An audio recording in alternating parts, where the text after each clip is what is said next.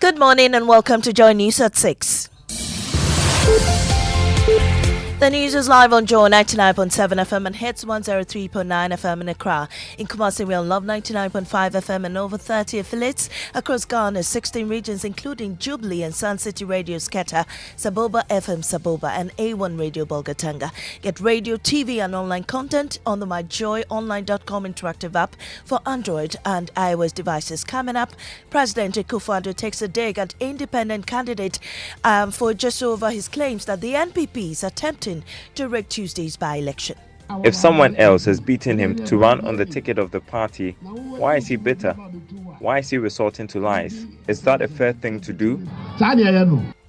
We have more in politics as NDC flag bearer John Mahama says President Akufo-Addo cannot dictate who should succeed him. I wish to remind him that it is God who makes rulers, and he can never ever be the one to choose his successor. It is God who will choose his successor. Also in this bulletin, Education Ministry insists latest Global Youth Development Index on Ghana's education failed to acknowledge recent initiatives in the sector. We'll hear from the spokesperson. You cross-check the report and you realize that this overlooks a decade of potential progress, including initiatives like the recent introduction of digitalization in the aspects of the smart schools and digital literacy program. In business, interest rates increased for the first time across the yield curve as government failed to meet its T-bills target. And later, thousands of victims of the Akosombo Dam disaster continue to reel under very harsh conditions 6 months after the crisis. Because when I get there, when I see things, then I don't know what to touch. I don't even know where to start from. So I feel very sad.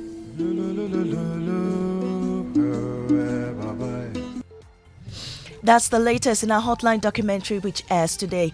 These are more with me, Mami Sinyamiche Thompson. Details now.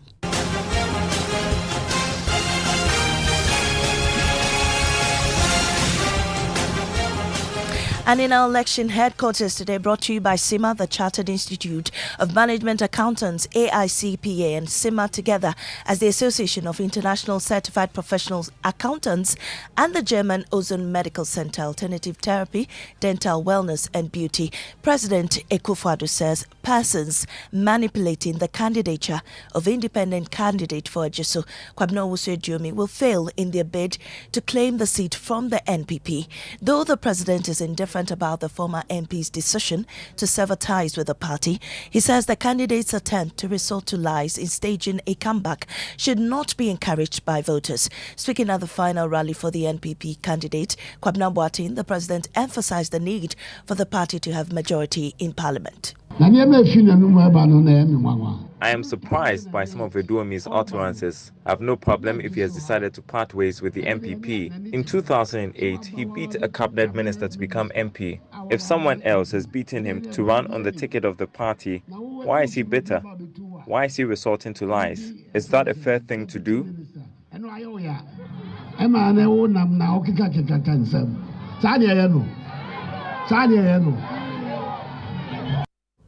Well, President Akufo-Addo further dismissed allegations that the NPP will rig the elections. He claims the NPP will rig the elections. When he contested the seat and won, was the election rigged then? I don't think he should be making such comments.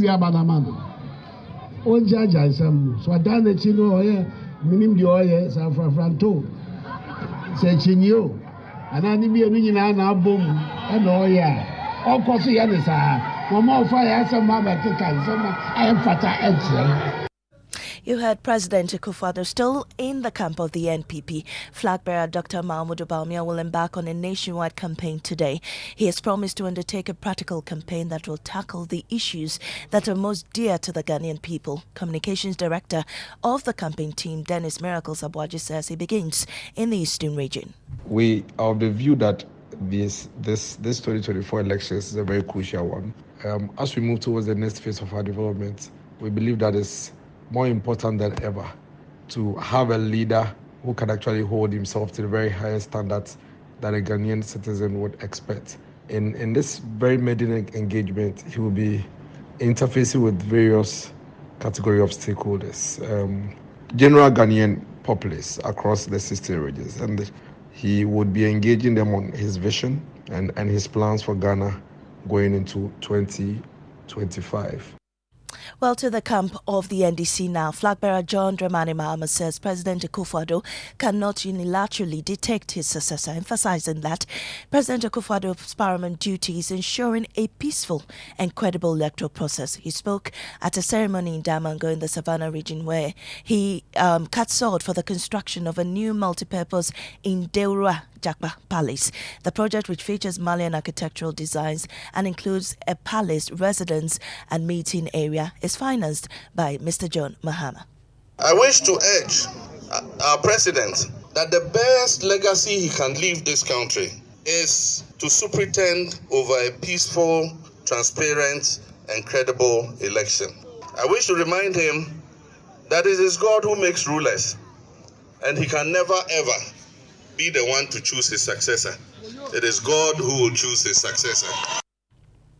While still in politics, policy think tank Imani Africa is demanding that the Electoral Commission reveals the successful bidders of the 10 biometric verification devices which it auctioned and the rationale behind purchasing obsolete devices specifically designed for electoral purposes. The EC identified or indicated that the 10 devices found at a recycling company at Medina and Accra were legally auctioned, but Imani Africa is demanding clarification. Yes, founding President Franklin Kudjo.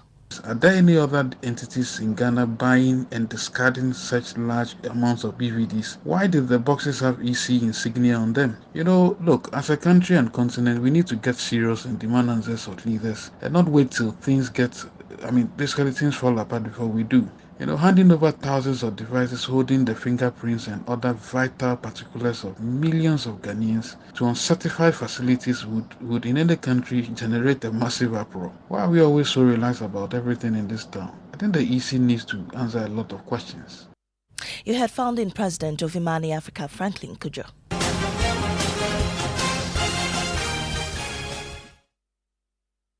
Away from politics, the Ministry of Education says Ghana has recorded significant improvement in its education in the last decade with the introduction of digital initiatives such as the Smart Schools project. The ministry was reacting to the latest Global Youth Development Index released by the Commonwealth Secretariat, which ranks Ghana's education as 125 out of 183.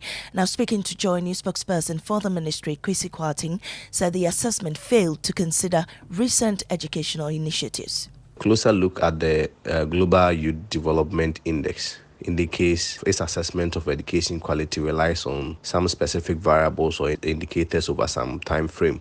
But you cross-check the report and you realize that the last time data or it was measured was in 2013, and this overlooks a decade of potential progress, including initiatives like the recent introduction of digitalization in the aspects of the smart schools and digital literacy program. Similarly, you look at literacy rates, for instance, significant improvements has also been recorded. Kwesi Kwarteng speaks for the Education Ministry. Now, on the 15th of September 2023, the lives of nearly 39,000 Ghanaians changed forever. This is because the VRA decided to open the floodgates of the country's largest hydro dam, the Akosombo Dam, citing excess water levels that they claimed threatened the stability of the dam. Days later, hundreds of communities downstream were flooded, while thousands of livelihoods were destroyed. 6 months after, victims are yet to be settled by government.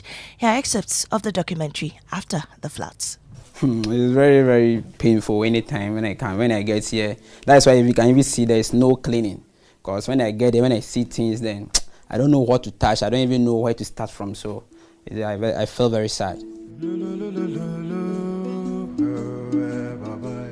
Hectares of crop farms, hundreds of livestock, fish ponds, and the future investment of the youth have all not been spared. The size of the farm is almost 20, so the 15 hectares was submerged by the water. It's about 4 months now. How are we going to survive our children? We're going to school. And our coconut, my cassava farm, I am having cassava farm about 10 acres. And the others, they are having. In Siko right now, if you go to the farm top, everything tend to firewood. And it is through that inquiry that all the facts will be established. All sides will be heard, including the victims, the engineers, the management of VRA, the Minister for Energy, and his colleagues at the ministry, the presidency, did this go to cabinet? Did cabinet give the green light? What did they check before they gave the green light?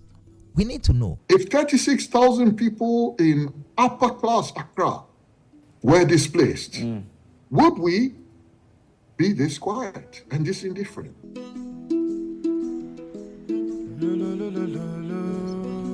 And the documentary by Carlos Coloni airs today on the Super Morning Show at 8:30 a.m.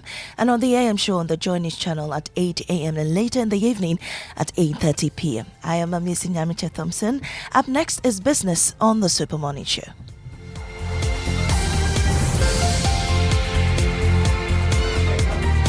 Good morning. Good morning. You know your papa see that? And it's rickety car. Hey, papa.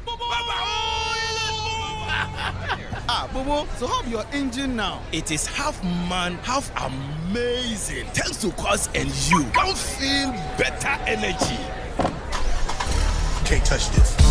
Actually, guys, so Sancho's engine just died like that. Yes, so somebody managed to convince him that there is a better engine oil than Quartz, and he switched. Sancho Panzapa. Now, which engine oil can be better than Quartz? No other, my guy. Quartz with its age-resistant technology, it keeps your engine younger for longer. Now you know. Have you guys seen the new bottle design? It's superb. Quartz 9000 from Total Energies there improves fuel efficiency. Why do you think Mr. Mane and Logoso have taken the Quartz Nation movement World Cup like that? Mr. Mane, sorry. Chairman Mane. Chairman. Hey, Quartz. Keep your engine younger for longer. Are you tired of the daily commute to work during rush hour? Or maybe you're planning a girls' night out and need a reliable ride. Perhaps you need to deliver an important parcel and want to get there on time. Whatever your reason for commuting, Access Bank and Uber have got you covered. With Access Bank Visa Card, you can now enjoy 30% off Uber rides. That's 30% off every ride. Use promo code Access Ride Savings to enjoy affordable, convenient, and cheaper rides even on a limited budget. Don't miss out on this amazing opportunity to save big on your daily commute.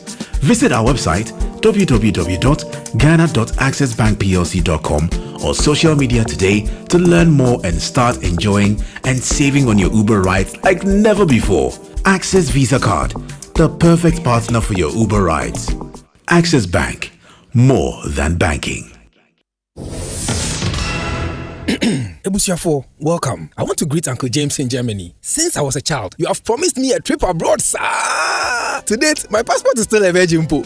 And then to you, baby, for that bombastic broken heart. Hey! I want you to know that latest by June, dear, I would have won big in the Ideal Yonkopa promo. Win up to 600,000 Ghana cedis in cash and other amazing prizes up for grabs with Ideal Yonkopa promo. Just peel, text, and you could win big. This advert is FDA approved.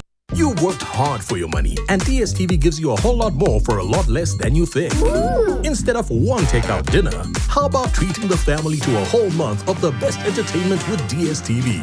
From thrilling sports, blockbusters, captivating series, to entertaining kid shows, we have it all. Totally awesome! And with DSTV Stream, you can watch on the go. I'm here! Plus, you can choose a package to suit your pocket. There's a whole lot more to enjoy for a lot less than you think with DSTV. Cadbury Rich Choco is now available in a new pack. You would love the fresh new look. It's a vibe. Cadbury Rich Choco supports the energy to keep you going. Kickstart your day the Ghanaian way, wherever the day will take you, with a cup of delicious, creamy, smooth Rich Choco. Cadbury Rich Choco, rich taste, rich identity. This advert is FDA approved.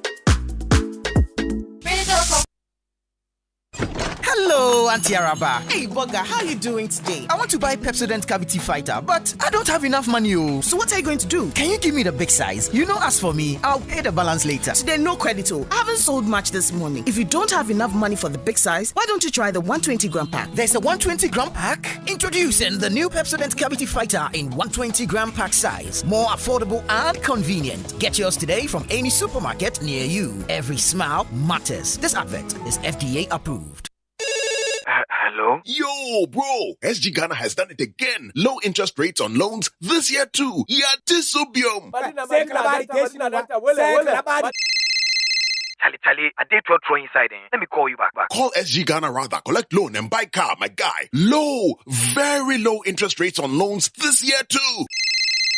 It's difficult to keep good news to yourself, especially when it can transform your life and those close to you. SG Ghana went low on interest rates last year, and this year we are even lower. Yes, Yatisubium. Get the money you need to turn your dreams into a reality. Visit any SG Ghana branch near you and speak to our dedicated staff about the amazing Yatisubium loans today. You can also call 0302-214-314 for more details.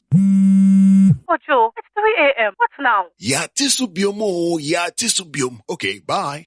Societe Generale Ghana. The future is you. Right, so welcome back, and thank you very much for staying with us. The 6 a.m. news brought to us by Total Energies.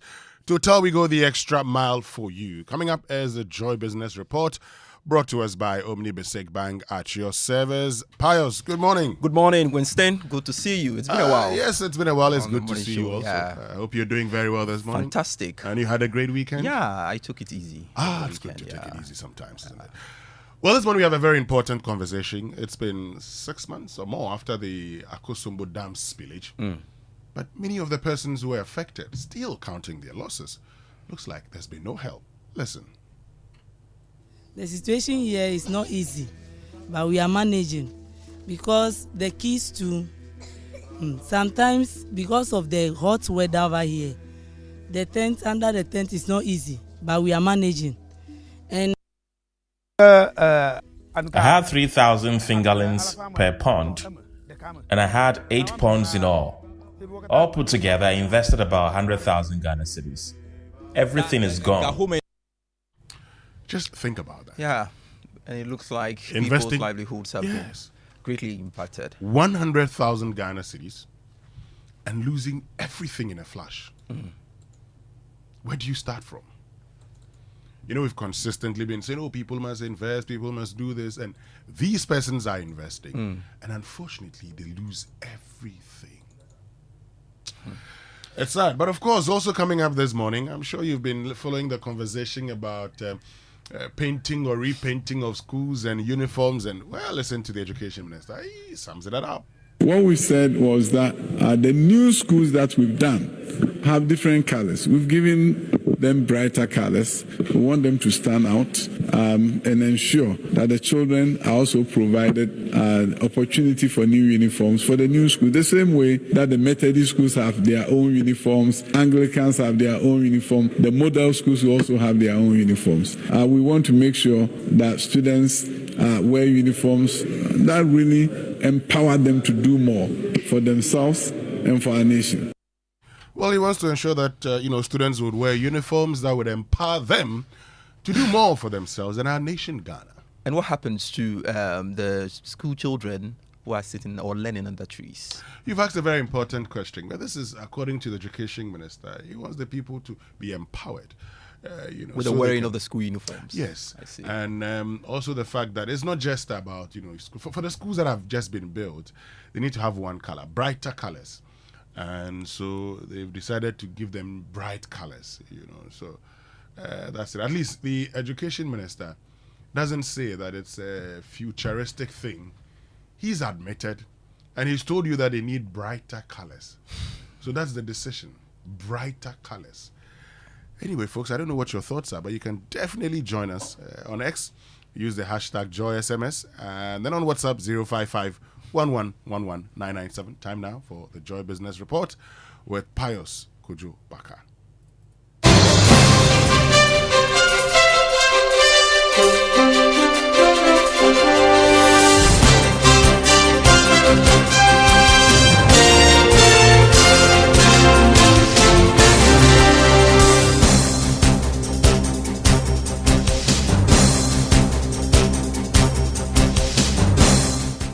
A great morning to you. Warm welcome to the Joy Business Report, Coming up in this edition, interest rates increased for the first time across the yield curve as the government failed to meet its T-bill target. Also in this bulletin, local beverage industry seeks government policy support as power crisis exposed them to high risk of collapse. Plus, Turkish investors call for a reassessment of some investment policies to attract more foreign investors. These and many others lined up for you. Please stay.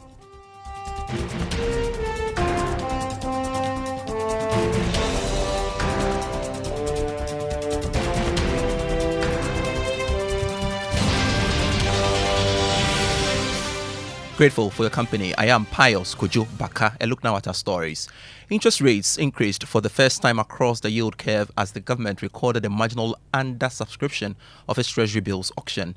That's according to the auction results by the Bank of Ghana. More in this report. Liquidity in the money market appears to be tightening following uncertainties regarding the government debt restructuring with Eurobond holders. According to the results of T-bills auction by the Bank of Ghana, the yield on the 91-day bill went up by 9 basis points to 25.73%. VAT of the 182-day bill also shot up to 28.22% from the previous weeks of 28.14%. The 364-day bill also increased by 34 basis points to 28.83%. Meanwhile, the government failed to meet its target by 8.8%.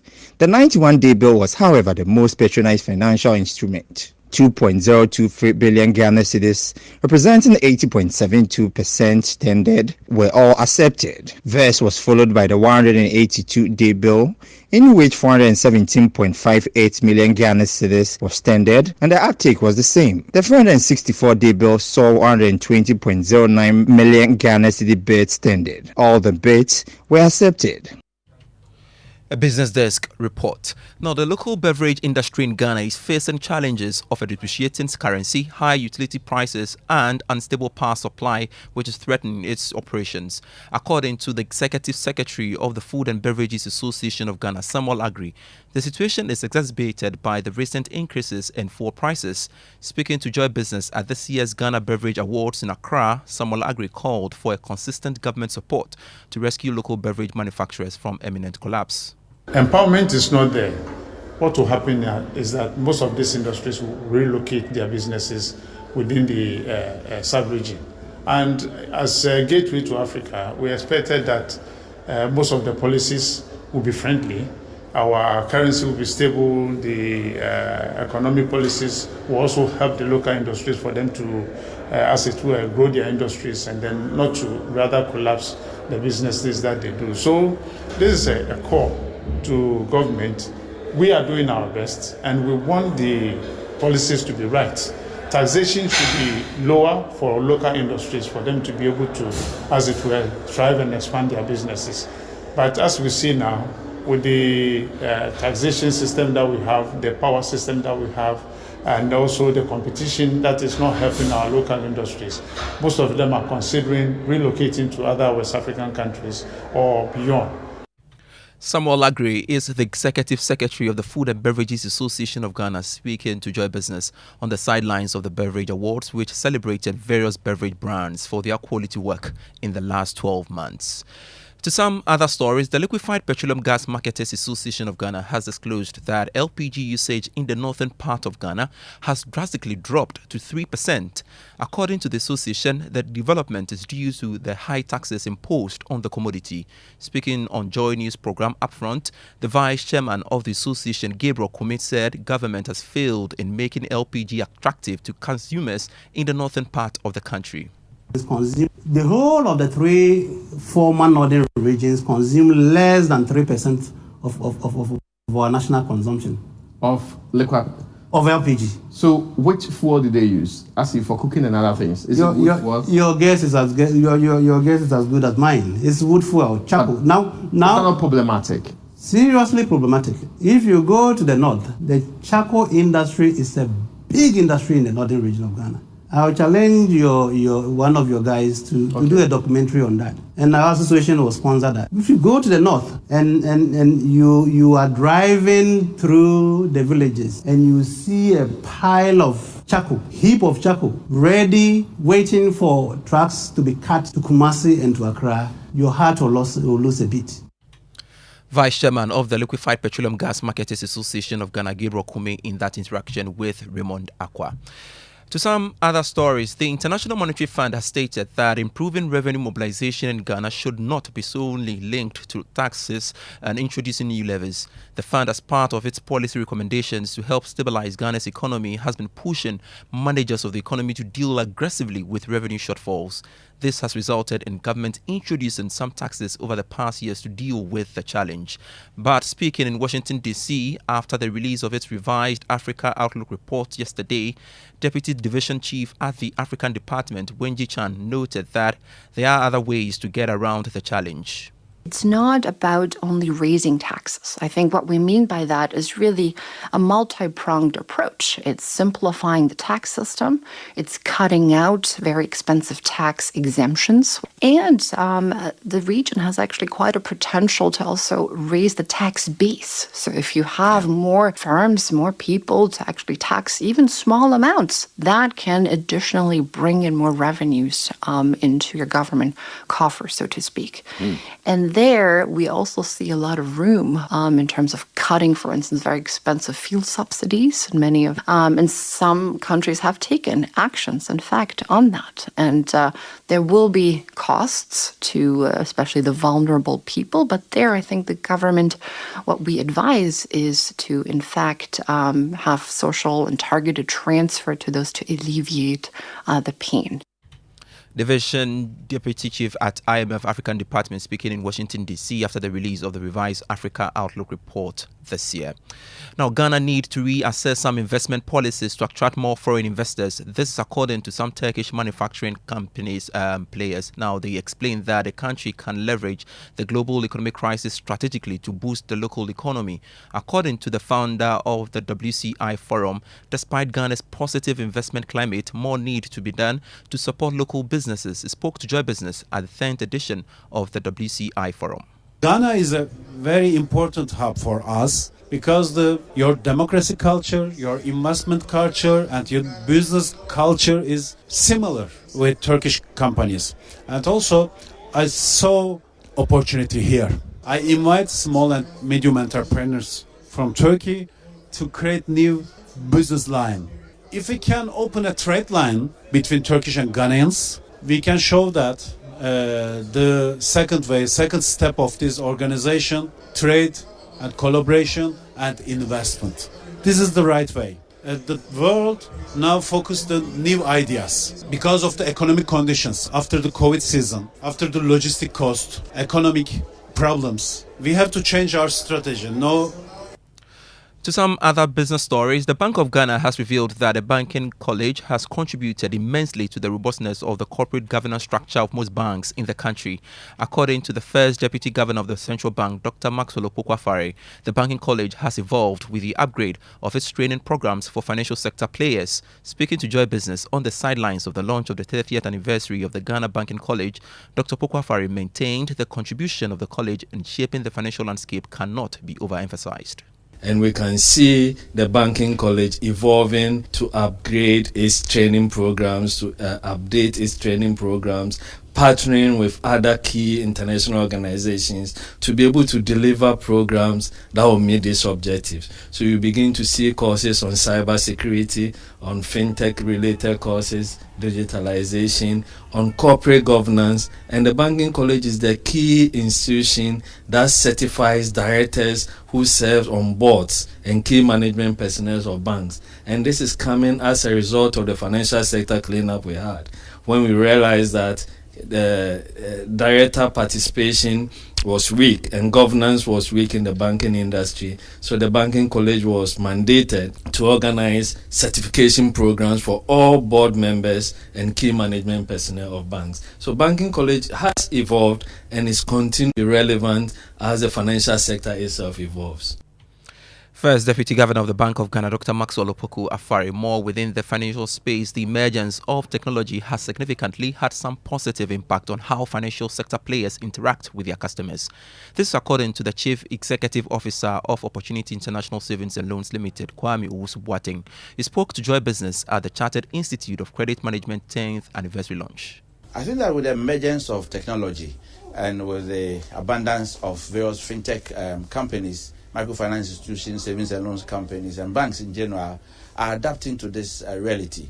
We can't continue to do our business in the old way.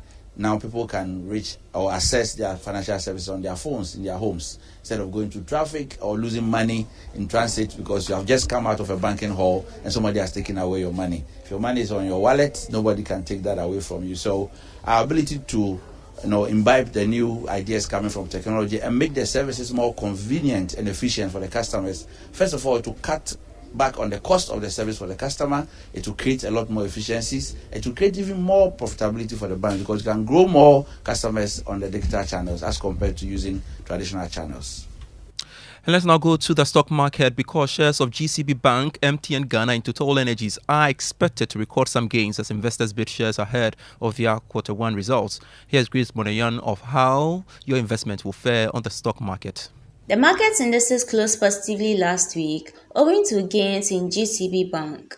As a result, the Ghana Stock Exchange Composite Index advanced marginally to a year-to-date gain of 11.95%, while the Data Bank Stock Index climbed 0.02% weekly to a year-to-date gain of 11.23%. Conversely, Cowbank and New Gold closed as the laggards. Aggregate turnover totaled 16.6 million Ghana cedis from the sale of 4.1 million shares across 22 counters. New Gold dominated trading activity, accounting for 56% of the weekly turnover. On outlook for this week, we expect GCB Bank, MTN Ghana and Total Energies to record some gains as investors bid shares ahead of their Q1 results. Reporting for Joy, Grace Monanyon of Databank Research. And quickly to the currency market, the cedi is going for 13 cedis 95 pesos to the dollar on the retail market. It is selling at 17 cedis 5 pesos against the pound, and it is, however, trading at 14 cedis 65 pesos to the euro. And quickly to the commodities market as well. Crude oil dropped marginally to $88 a barrel. Gold lost more than $7 and trading at $2,330 an ounce. Cocoa is selling at $10,594 a ton. And then the Joy Business Report. Back to you, Winston Amwa. Thank you very much, Pius Kojo Baka. You need to be empowered with a new uniform. Right? God, new uniform. Anyway, let's go for our inspirational song that says, "You're God alone." William McDowell. I think only God can come to our aid at this point. That's our inspirational song for today.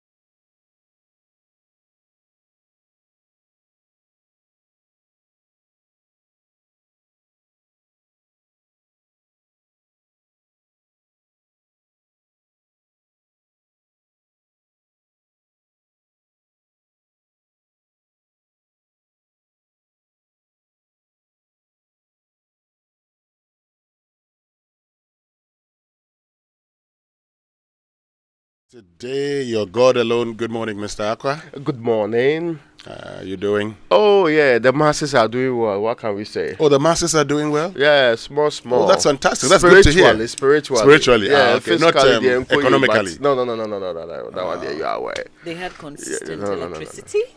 Oh, yeah, it appears to be improving. I only saw some few hours of doom so, but I mean, compared to what has been happening recently, it is negligible. One of my friends isn't feeling well and is moved from Ho to Accra, and then calls and says, "I want to go back to look. I'm going back to Ho. What is this heat in Accra like that?" And then the lights are off. Because the lights are always off. People are still experiencing full-blown doom so. Oh yeah. Some people. Some people still share their frustrations on social media. I wish them the very best. I mean, clearly. Clearly what? Clearly. Man of the masses. See? Anyway, yes, I wish them the very best. Now, what can I do? Am I ECG or? Let's get into our, Drive Safe campaign brought to us by Joy News and the Multimedia Group and supported by Toyota Superior Quality. So our tip today says take advantage of safety devices. Now, safety features can help with defensive driving. Keep seatbelts fastened at all times and always ensure airbags are in working order. Some vehicles offer other safety features that benefit defensive drivers, such as blind spot monitors and lane assist. Many modern vehicles make a beeping sound if you attempt to back up or change lanes when a car or other object is in the way. The most important thing, take advantage. Make good use of your safety devices. And that's our tip for today. I'm sure we can learn how to say it right then. Yes, let's do it. And Say It Right is brought to you by Kingdom Books. At Kingdom, quality and affordability are their hallmarks. And Societe General Bank Ghana, the future is you. Something must be done. You say either. I say either. Great. So today's word is a very simple one. Mamavi will help us with the pronunciation of it. Maybe Raymond too could help. No. Prayer. Raymond will go first. Raymond, give it a try. No, not at all. Oh, give it a try. Prayer. Huh? Prayer. Raymond? That is not what the bot has been saying. How about we do it this way? Hair. How would you pronounce that, Mamavi? Hair. How do you pronounce that? Hair, right? But you can't see that thing. It's just 4-letter thing. Okay, hold on. This is Say It Right. Okay, hold on. Take Okay, hold on. Okay, hold on. So just add PR. So prayer. Just as you would pronounce hair, the word is not prayer, like we say prayer. That vowel is the same vowel as in heir to the throne. He's the heir to the throne. We reject it anyway. Doesn't matter where you're coming from. Yes. So that you. Hey, what does it mean? We're learning how to say it right. Prayer. That's very important. Okay? Yeah. Let's learn how to say it right. So if you want to say it right, say it that way. I know many of us can be, confused because we know, it's prayer. I'm calling her. I heard people say it in church. Shall we share a word of prayer? Yeah, word of prayer. Yeah, word of prayer. That's good. Anyway, that's how you say it right.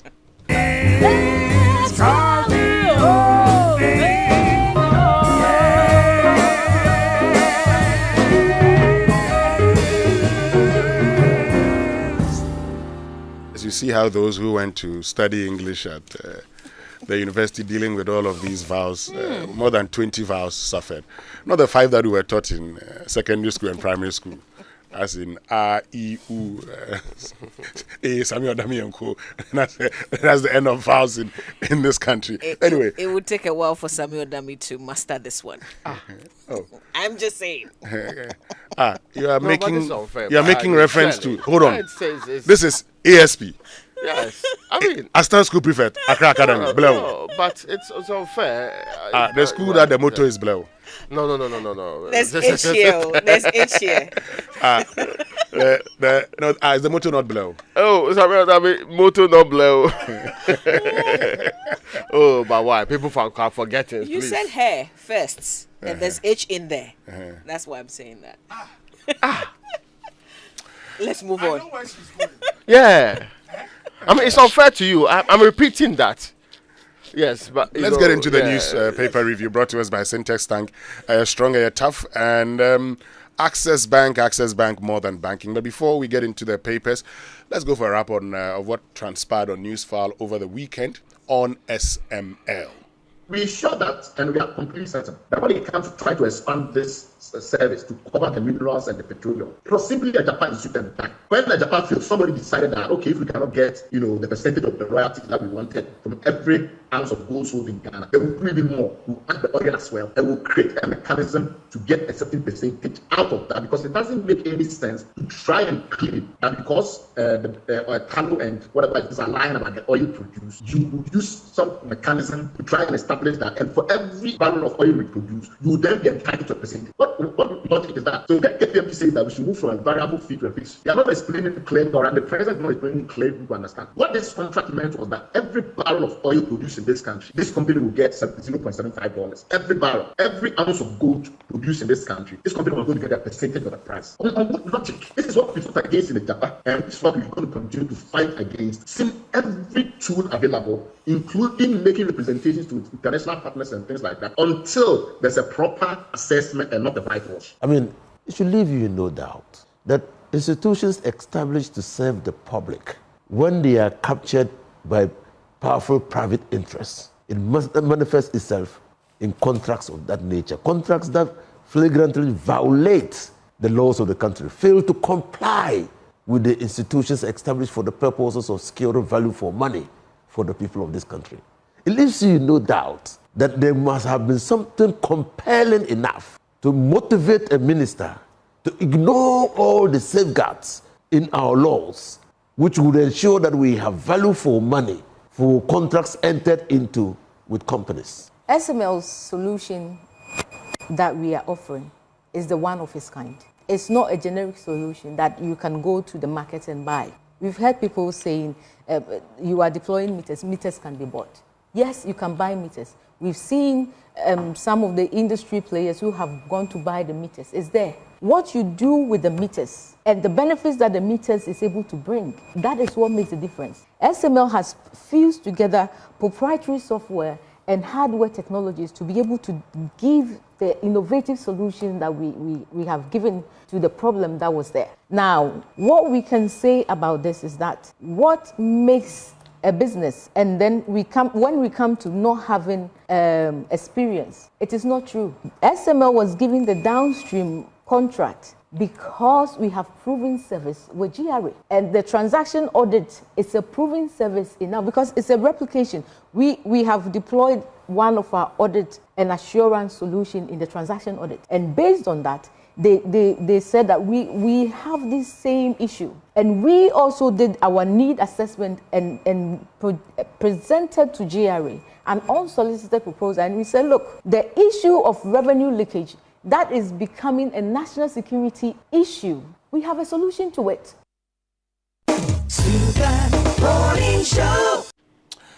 All right, Raymond Mamavi, that's what transpired on Newsfile over the weekend. So as the president agreed to release the report for all of us to help him appreciate it, now that he has a report on it. I mean, now that you have taken action already. Yeah. This is what you already made directions, right? Now, if you share the report, we will just go through it. What's the difficulty in doing that? Yeah, there's no difficulty. I mean, the president should release the report. Bright Simmons and other CSOs have said that, they have evidence to show that no work was done. SML is indicated that a lot of work was done. Look, let's settle this once and for all. Share with us the report. Let all of us go through, and then we'll interrogate all parties. This is not something that must be kept at the Jubilee House. We need to see. I think the pressure is building. I heard Suleiman Abraham say that they put in an RTI request. So whether willingly or not, I think it's going to be released. But I think for all parties to be settled on this matter, we should see the full report and draw our own conclusions. Yeah. We have to. All of us must help the president appreciate the matter. Yes, because he said he was doing it in the interest of the state. Mm-hmm. We are all players and actors in the state. So let's see. But especially when this was triggered by private work.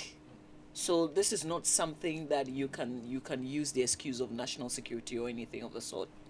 Oh, no, I'm not sure the president will use national security as an excuse. I think it's only fair Oh, he knows that he must release it. He'll release it. Especially because it's the people's money that's involved in this. Oh, I know the president will release it. He'll release it so that we all go through. When? That I cannot say.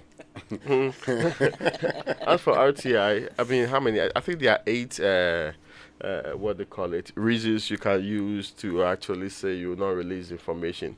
You can use one of those, the preposterous ones that sometimes comes out. For example, the airport company said, "Oh, it is already in the public domain." Yes. It said it was already in the public domain. And that there are elements of it that are serious matters that will reveal a lot. But the commission will determine whether or not it is mere attempt to refuse people access to information or is a legitimate claim anyway. Okay, let's get into the papers then. Let me start with the BNFT, and it's reporting this morning, SNIT assures stakeholders of financial resilience despite concerns over future reserves, and sustainability financing gap threatens countries' SDGs targets. These are experts saying so. Taxation of resident persons in Ghana. There's an article on it on page 9. You may want to check it out. Cybercrime experts urge vigilance against rising fraud cases. Of course, I mean, that's a big issue. And Omni-Basic Bank pledges increased support to businesses as it posts strong Q1 results. Those are the stories on the front page of the BNFT. All right, the Daily Guide is reporting Nana Baumia storming Ejuso. If you listen to the 6 a.m. news, then you heard the bit about the president not being too happy about the former member of parliament who is contesting his S. He's not sure whether the man is member of parliament. Everything was okay. But I see the argument. I am saying that people are doing things to try and rig this election. Then you are saying, oh, when you contested some time ago in 2008 or 2009, the people tried to do things to rig the election to make you win. How are they two the same? No, hold on. Because an election, I'm going to an election. I'm complaining about this election. If I had complaints about 2008 to 2009, I would have raised it. This is the one. Your claim cannot be that merely because a previous one, in your estimation, was fair. This one too is fair. Because it begs the question. Argument. Yes, it's tangential 100%. But for platform talk there, sometimes it becomes a way. My worry when the president gets involved, especially because we had an independence candidate in parliament that the NPP needed him to vote with them. And you recall the very things the president said about that independent candidate. He went out and told the people not to vote for the guy, he's not with them. And later on, they had to go and beg the same guy. Yeah. So when I heard him talking, I was like, okay, won't you leave this for the others, below you, so that when you find yourself in similar situation, that you can step in as the leader. Mama, the president's budget has been approved. So he doesn't, and this is his last time, right? Yeah, this is his last time. But they don't intend breaking the 8, so they are not looking forward to having another NPP government. I mean, at this point in time, if Eduomi wins, he can. I don't know where he would go, but whatever happens, if he decides to join the NDC, then the MPP has a problem. But if he decides to join the NPP businesses, but if he decides to join the NPP, what I would want if he wins. No, the president was asking. He's not sure whether he's Afrafanto or Chinye. Yes, the umbrella or the I mean, butterfly. It is all part of. But I mean, if he wins, what I would want to see, for instance, is that with the NPP, then allow him to contest on its ticket in 2024, the main election. That's if he wins. So far, the research indicates that the NPP is in the lead. But he has about some 45% of the voters. So he can actually spring a surprise, pull a surprise. Remember that we also have some disgruntled constituency executives who are on his side. So you can't take him for granted. Well, other stories on the front page, MMDCE's Hail Education Transformation. Okay, this is another big one. That Winston, you said, we thought this was like a future dream, isn't it? Yes, listen. But it looks like it's come to stay. Just listen to the education minister. What we said was that the new schools that we've done have different colors. We've given them brighter colors. We want them to stand out and ensure that the children are also provided opportunity for new uniforms for the new school. The same way that the Methodist schools have their own uniforms, Anglicans have their own uniform, the model schools will also have their own uniforms. We want to make sure that students wear uniforms that really empower them to do more for themselves and for our nation. And he ends by saying they'll have these new school uniforms that would empower them to do more for themselves and our nation, Raymond. The uniforms. Yes, you heard right. Will empower them. I want to believe what he actually meant to say was that we are transforming education at that level. When we build new smart classrooms with all of the things that a modern school should have, the aesthetics may add up to it, which will include the kind of uniform they are going to wear. I do not think, and I think he's more intelligent than that he meant to say that merely because you change uniform, the person becomes empowered. I think they are struggling with this, and he's not helped by his spokesperson. In fact, that gentleman has no business remaining in that role. He worsens the matter rather than improve it. But if you listen to the minister carefully, this is not like somebody saying every student at the basic level in government schools, we are changing your uniform, which was what the earlier sound indicated. Secondly, this is also not like somebody is saying to you that all the schools, you are waking up one morning from Akosombo Dam School, what's the name of it? Bebese. Yes. All the local government, municipal assembly schools, we are going to paint them, whether or not you have books, whether or not you have, even the facility is worth it, because I mentioned the inspected authorities, they actually honed in on the facilities and talk about how deplorable most of our facilities in our schools are. So I'm not sure that's what he's saying, because again, I think he's more evolved in thinking than that. But the sound seems to create the impression that all we are interested in doing is paint memento. Yes, just giving an outlook without the requisite change. Because I heard him say model schools, which are schools, new ones they are building, which is to me a very good concept. But if you are promoting the model schools, and this is not the first time we have had issues with model schools, we've done so before. In fact, we have a history of evolving from teacher training colleges having practice schools through to times where we selected experimental schools. So the state had experimental schools. When we introduce new policy, we use certain institutions to actually push the policy. If Educhum is saying that for our model schools concept, this is how we want people to see it differently, I don't have a difficulty with that. But if the impression being given is that, oh yeah, we are just painting the schools and you give them uniforms to show that something new is happening, then that question about what happened in 2019, where there was some change of a sort, and why are we concentrating on one of the things that do not fall? If you are listing the top 10 problems in our schools today, it is not the painting of the building, and some do not even have buildings to start with.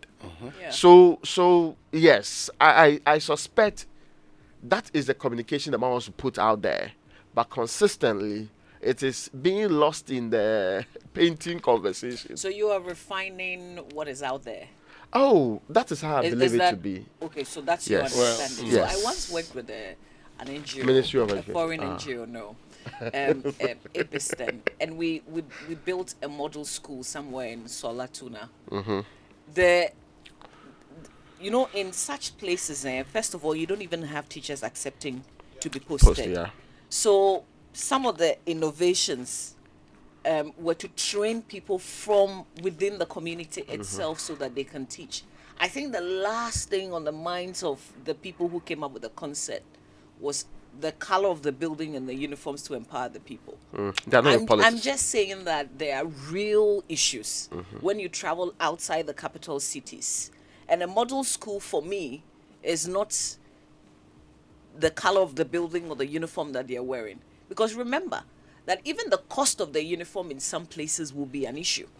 Yeah, they can't buy. You even want to say, listen, wear whatever it is that you have to get the education, because that's not what the most important thing is. So I'm just really confused about this whole transformation with the painting and the uniform. You think about it the way I've said it. Have you seen the point?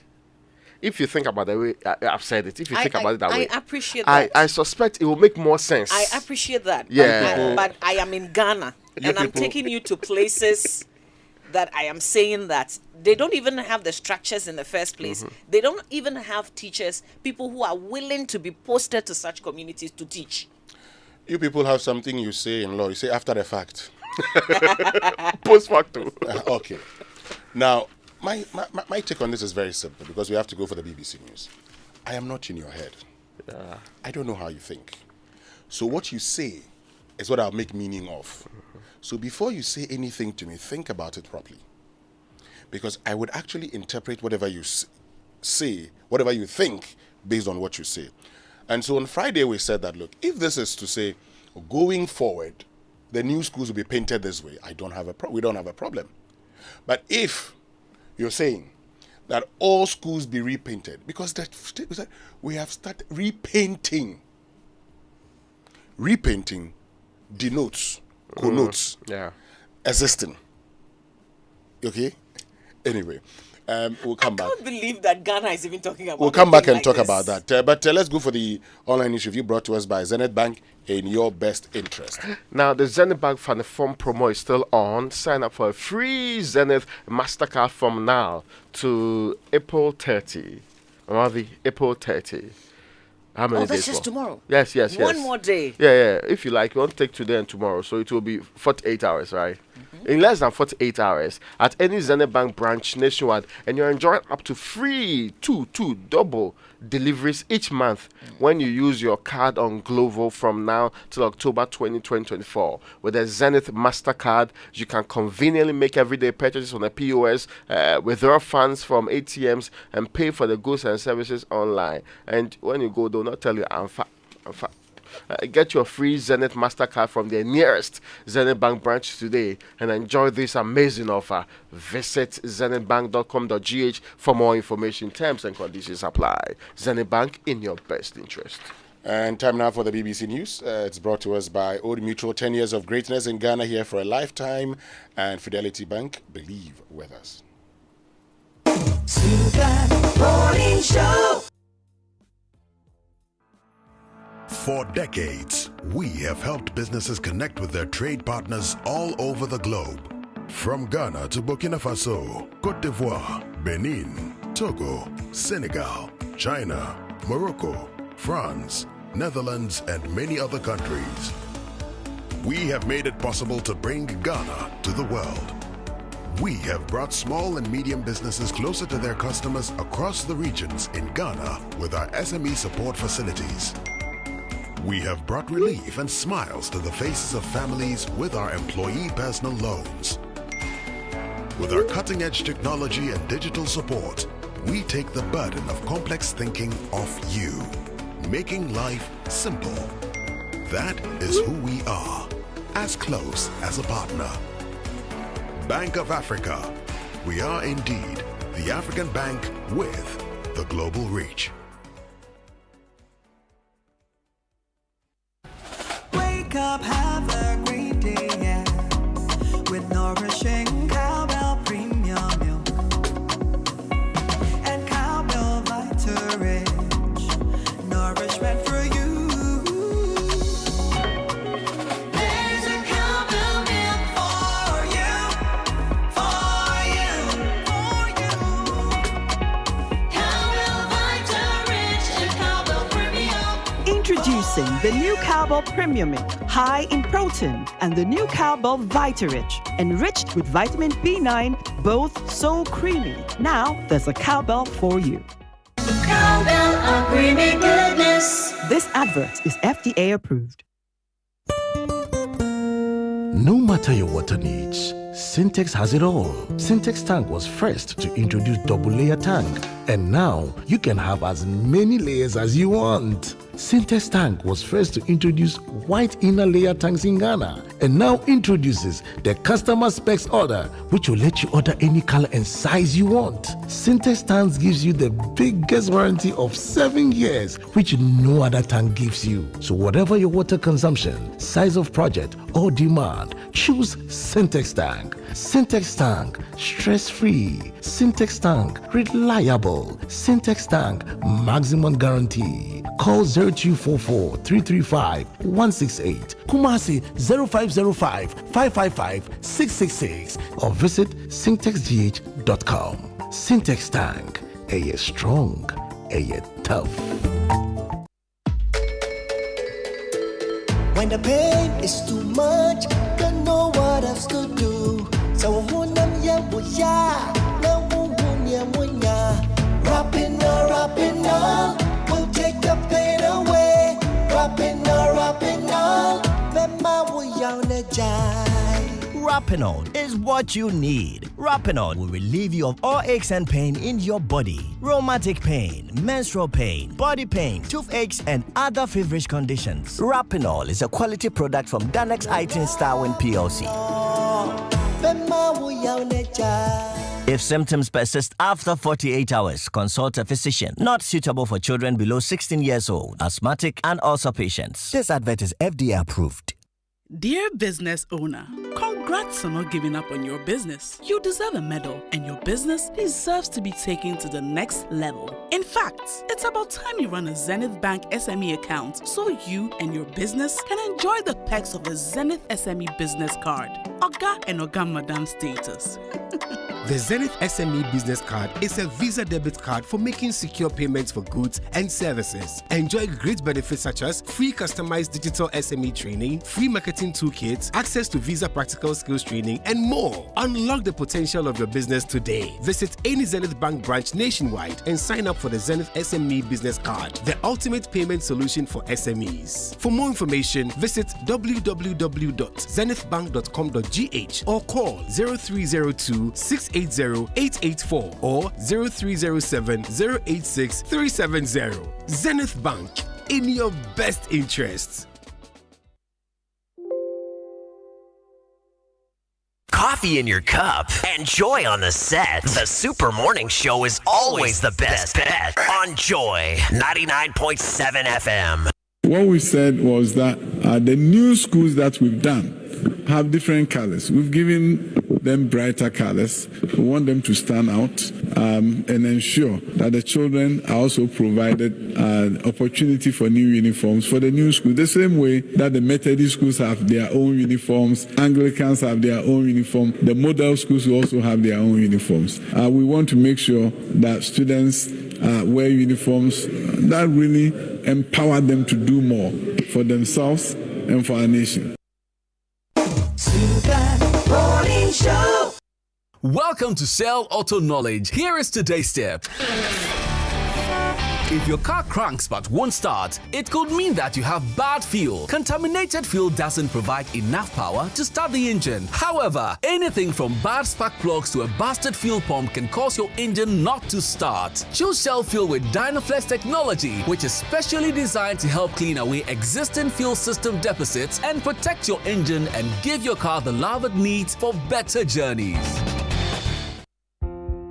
I am Wahinere Gifty Auntie. You see, it always feels good when you receive that salary alert. I made a bold decision to invest a lump sum into the Old Mutual Retirement Salary Plan, and this means that I will get these alerts every month throughout retirement for the rest of my life. You too can retire on your own terms. Invest a lump sum in the Old Mutual Retirement Salary Plan today and receive a monthly income for the perfect retirement. Call Old Mutual on 050-453-4333 or visit www.oldmutual.com.gh to sign up today. Obrapa Ahotongwa. Old Mutual. Do great things every day.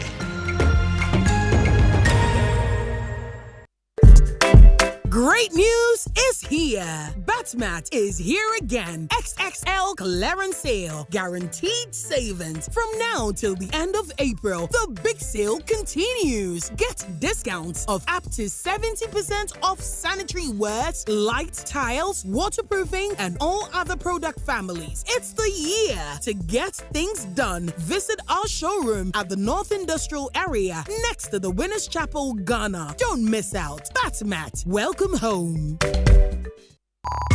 Ooh, things are looking up on this side. When you upgrade to the enhanced GCB mobile app, you start doing more with ease. Create a GCB instant account easily and conveniently with your GCB mobile app and start sending and receiving funds. All you need is your Ghana card. Pay your bills, subscriptions, and fees to multiple merchants safe and secure. Charlie, tap the app. Open a GCB instant account and experience the recoded vibe. You're able to top up on all types of ECG prepaid meters with their special card readers and keep the power on. No worries, no stress. With GCB mobile app, you can also generate prepaid and virtual cards to use on ATM machines, POS devices, and for online transactions. Well, I pay my subscriptions and fees with my GCB mobile app conveniently. GCB mobile app. Download now from Google Play Store or Apple Store. Upgrade your style. GCB Bank. Your bank for life. It's the most action-packed breakfast show in town. The hottest music, the best giveaways, the great interviews, and all the laughter and fun you can imagine. Don't miss the Super Morning Show on Joy 99.7 FM. It's the best breakfast show in town. Ladies and gentlemen.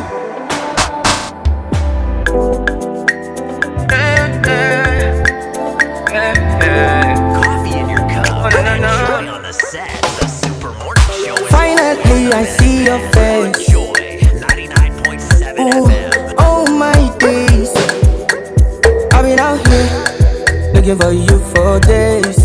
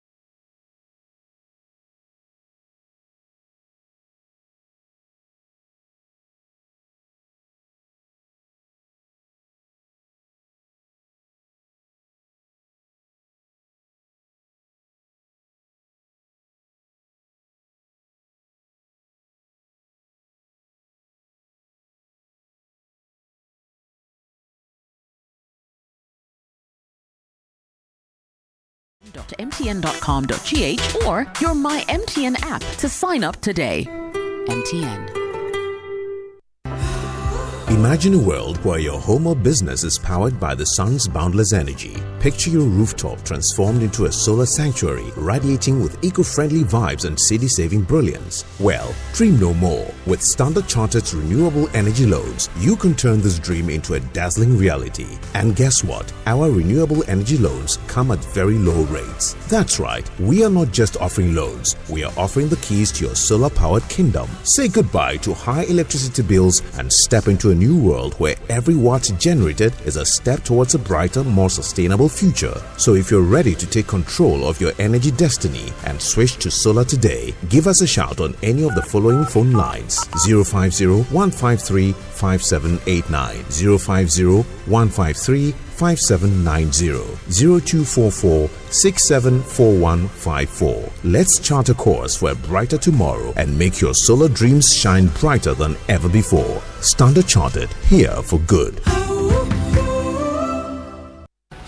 Wake up, have a great day, yeah, with nourishing cowbell premium milk and cowbell Vitarich, nourishment for you. There's a cowbell milk for you, for you, for you.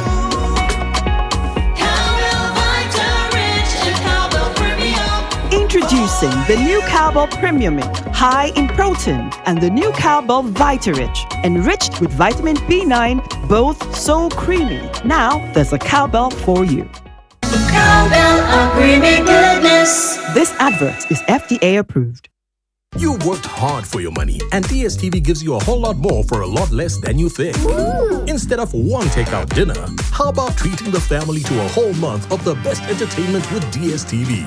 From thrilling sports, blockbusters, captivating series, to entertaining kid shows, we have it all. Totally awesome. And with DSTV Stream, you can watch on the go. I'm here. Plus, you can choose a package to suit your pocket.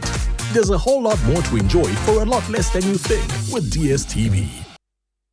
It's the most action-packed breakfast show in town. The hottest music, the best giveaways, the great interviews, and all the laughter and fun you can imagine. Don't miss the Super Morning Show on Joy 99.7 FM. It's the best breakfast show in town.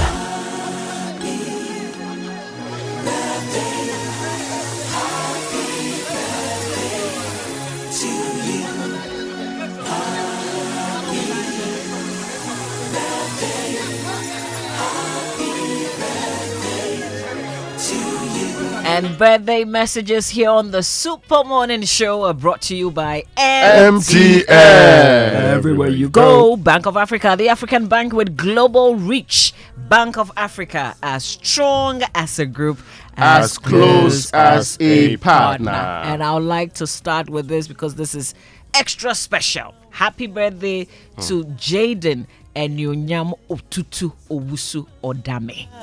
May you be the head and the first among your peers in Jesus' name.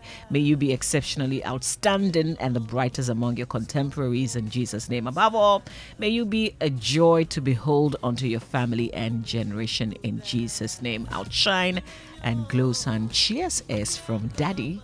So this one was put together by Samuel Dami. Yes. I doubt that very much. This is from the mother. No. Samuel Dami. No. This is from the mother. Oh, he says it's AI generated. It says it's ChatGPT. ChatGPT. Oh, Samuel Dami. This one says Jaden, happy birthday. Yes. Happy birthday, Jaden. Yeah. And grow to be a great man. Yeah. Be a blessing to this country, Jaden. Yeah. This one says happy birthday to Mrs. Nadede Williams and her son Julian Williams, wishing them manifold blessings on their birthday. May they continue to bask in the glory and grace of the Almighty Father. Many blessings and more from the Roadside Gang. Hey, Pius, are you part of the Roadside Gang? And is that why he's filming you? He's filming it. Yes. Guys is taking advantage of it. This one, gang.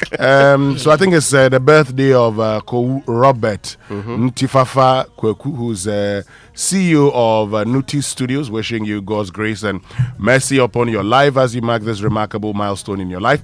May all your aspirations be fulfilled in Jesus' name. And it's from Pius Kojobaka. It's Kou, right? The name is what? Kou. Okay. And today also is the birthday of the CEO of the Minerals Commission. So happy birthday to Mr. Martin Kwekwe, CEO of Minerals Commission, and Kontingine of Rara Traditional Area. I have RTIs before you, please. Yes, that's it. Yes, I have RTIs before you, please. Today's your birthday. Send a response, okay? I check. Send it. Raymond, quickly. let him celebrate his birthday. No, he must send a response. Send a response. That's part of the birthday message. What kind of birthday message is this? No, I'm wishing him well. So this one says, thank you for the visionary leadership and the bold steps in transforming the commission and its staff, from the board management and entire staff of the commission. Happy birthday, Nana CEO. All right. Happy birthday to Marian Boateng of the Growth Office Department, Leslie McHanson of the Audits and Assurance Department, and Kapsi Ata Oponi Financial Advisory Department, all of Deloitte, from the country managing partner of Deloitte Ghana, Daniel Kweju Owusu, and all staff of Deloitte Ghana. This one says, finally, happy birthday to Martha Yali of Royal Streams International. Raymond? Saturday was the birthday of Professor Peter Corte's son, Peter Corte Jr. So he celebrated the birthday on Saturday. Nice. So yes. Happy birthday to you, Peter Corte Jr. You have to be professor too, because that name there, if you don't get a professor, it'll be problematic. It'll be high standard. That's a problem. Your parents can set for you. Yeah. When they set a high standard. You can't be there, Professor Peter Corte, then you are Peter Corte Jr. Then you remain Peter Corte Jr. all the time. No, the reference will not be appropriate. You have to be professor. All right. Now, there's also one. You know, those twins, right? Daniel and David Kofi Mensah. Oh, yes. Today is their birthday. Yes, people they don't tell people they are Kofi Mensah. Me, I know they are Kofi Mensah. I know the way back. I don't know the difference. So whenever I say Dave. So I say it's Daniel. I mean, if I see you, I say I either say Dave or Daniel. There should be a day that will tell you David about and Daniel. Isn't it Daniel and David, right? Yes. So I say David. David. Whichever is Daniel, I don't know. Whichever is David, I don't know. So D. So when I say it's either David or Daniel, and they respond because I've told the two of them that they should not be doing the clarification. Okay, wonderful. In fact, there should be a day I should tell you about their exploits on University of Ghana's campus. The two, those two gentlemen. Oh, come on, they have done things. Should I do a last one? Yes, go ahead. Very quick. Today is the birthday of Ariam Olympio. She's KTO Eleganza, the CEO of that huge fashion firm. Maybe I'll connect you, okay? With a few dollars, $100 or $2, you can get very prominent things to wear. Yeah. Okay, let's get into the sports center then. And it's brought to us by MTN. And everywhere you go, Standard Chartered Bank. Here for good. DSTV. It's your moment. And Cowbell Premium Milk. Cowbell. A creamy goodness. So, folks, imagine a world where your home or business is powered by the sun's boundless energy. I mean, picture your rooftop transforming into a solar sanctuary, radiating with eco-friendly vibes and city-saving brilliance. Well, dream no more. With Standard Chartered's renewable energy loans, you can turn this dream into a dazzling reality. And guess what? Our renewable energy loans come at very low rates. That's right, we're not just offering loans, we're offering the keys to your solar-powered kingdom. Say goodbye to high electricity bills and step into a new world where every watt generated is a step towards a brighter, more sustainable future. So if you're ready to take control of your energy destiny and switch to solar today, give us a shout on any of the following numbers: 0501-535789 or 0501-535790 and then 0244674154. Let's chat a course for a brighter tomorrow and make your solar dreams shine brighter than ever before. Standard Chartered, here for good. Now with MTN Pick and Pay Later, you can now buy a sleek and trendy smartphone with Snamwa and enjoy the luxury of paying in convenient, easy. You are showing me that Samsung? No, I'm talking about Samsung. No, I'm talking about a smartphone. That is a smartphone. Okay, if you insist. Easy daily, weekly, or monthly installment payments. Let's not get it wrong. There are plans for whether you want to do it daily, weekly, or monthly installment. Now, all you have to do is walk into any of our selected MTN service centers to choose your favorite from a wide range of mobile phones on offer. The best part is that all phones, they come with 2 gigabytes of free MTN data for the first 6 months. You should think about it for a second. You go and buy 2 gig free MTN data for the first 6 months. You can also share your pictures and get all the biggest scoop online. Go on, share the exciting news with your family and friends. Let them know that you can now pick now and pay later on MTN. So what are you waiting for? What exactly are we doing today? We are surely going to get that phone for you, Mawabi. We're going to upgrade what you are holding. Thank you very much. Yes. In advance. In advance, yeah. I will get you. Whichever one you want, I'll get you. I beg, stop making promises. You never deliver. But listen, here's you a don't want it promise again? that delivers. Okay. Cowbell thinks about you. Not like some guy here. And today, I come bearing good news. Cowbell is offering continuous nourishment that is creamy and tasty. It comes in 2 new variants, the Cowbell Premium and Cowbell Vitarich. But first, let's talk about the Cowbell Premium. It is a nutritious milk containing essential minerals and vitamins, including vitamin A, B9, C, D, E, and K. In addition, Cowbell Premium is unique mainly because of its rich, creamy taste and 23.6% protein content. It offers more in its single serve pack at 26 grams and is also available in 360 grams and 400 grams. In search of an accompaniment to complement your beverage or porridge with that rich, creamy taste and value for money, well, Cowbell Premium is an option. Stay tuned to hear about our additional exciting offer, Cowbell Vitarich. Ghana, there's a Cowbell for you. Cowbell, our creamy goodness. And this advert is FDA approved. Friends, good morning. Good morning, Mama V, and good morning to all of you. Welcome aboard to the Joy Sports Centre with me, Fentuo Tahiru Fentuo. Coming up this morning. Sent in by Declan Rice. Kai Havertz finishes it off. And inside 38 minutes, Arsenal get their third. Arsenal survived Tottenham's scare to retain Premier League top spot. Andre Ayew cannot stop scoring against Paris Saint-Germain. All of that to come in the next 10 minutes. First, though.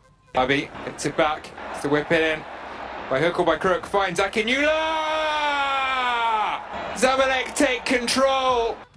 That's right, the dream is over for Dreams FC in the CAF Confederation Cup after humbling defeat to Zamalek in Kumasi. They suffered a 3-0 defeat at the hands of the Egyptian Giants in the second leg of their semi-final tie, as Zamalek completed a 3-0 aggregate victory to sail through to the final following a goalless first leg draw in Cairo. Love FM Steven Zando has more from Kumasi. Dreams FC's run in the CAF Confederation Cup came to an end yesterday at the Babayara Sports Stadium when Egyptian giants Zamalek travelled all the way to Ghana to beat them by 3-0. Both teams started the game well in the first half, but as early as the 12th minute, Dreams found themselves trailing when Zamalek defender Hamza Matuluti connected a well-delivered corner kick.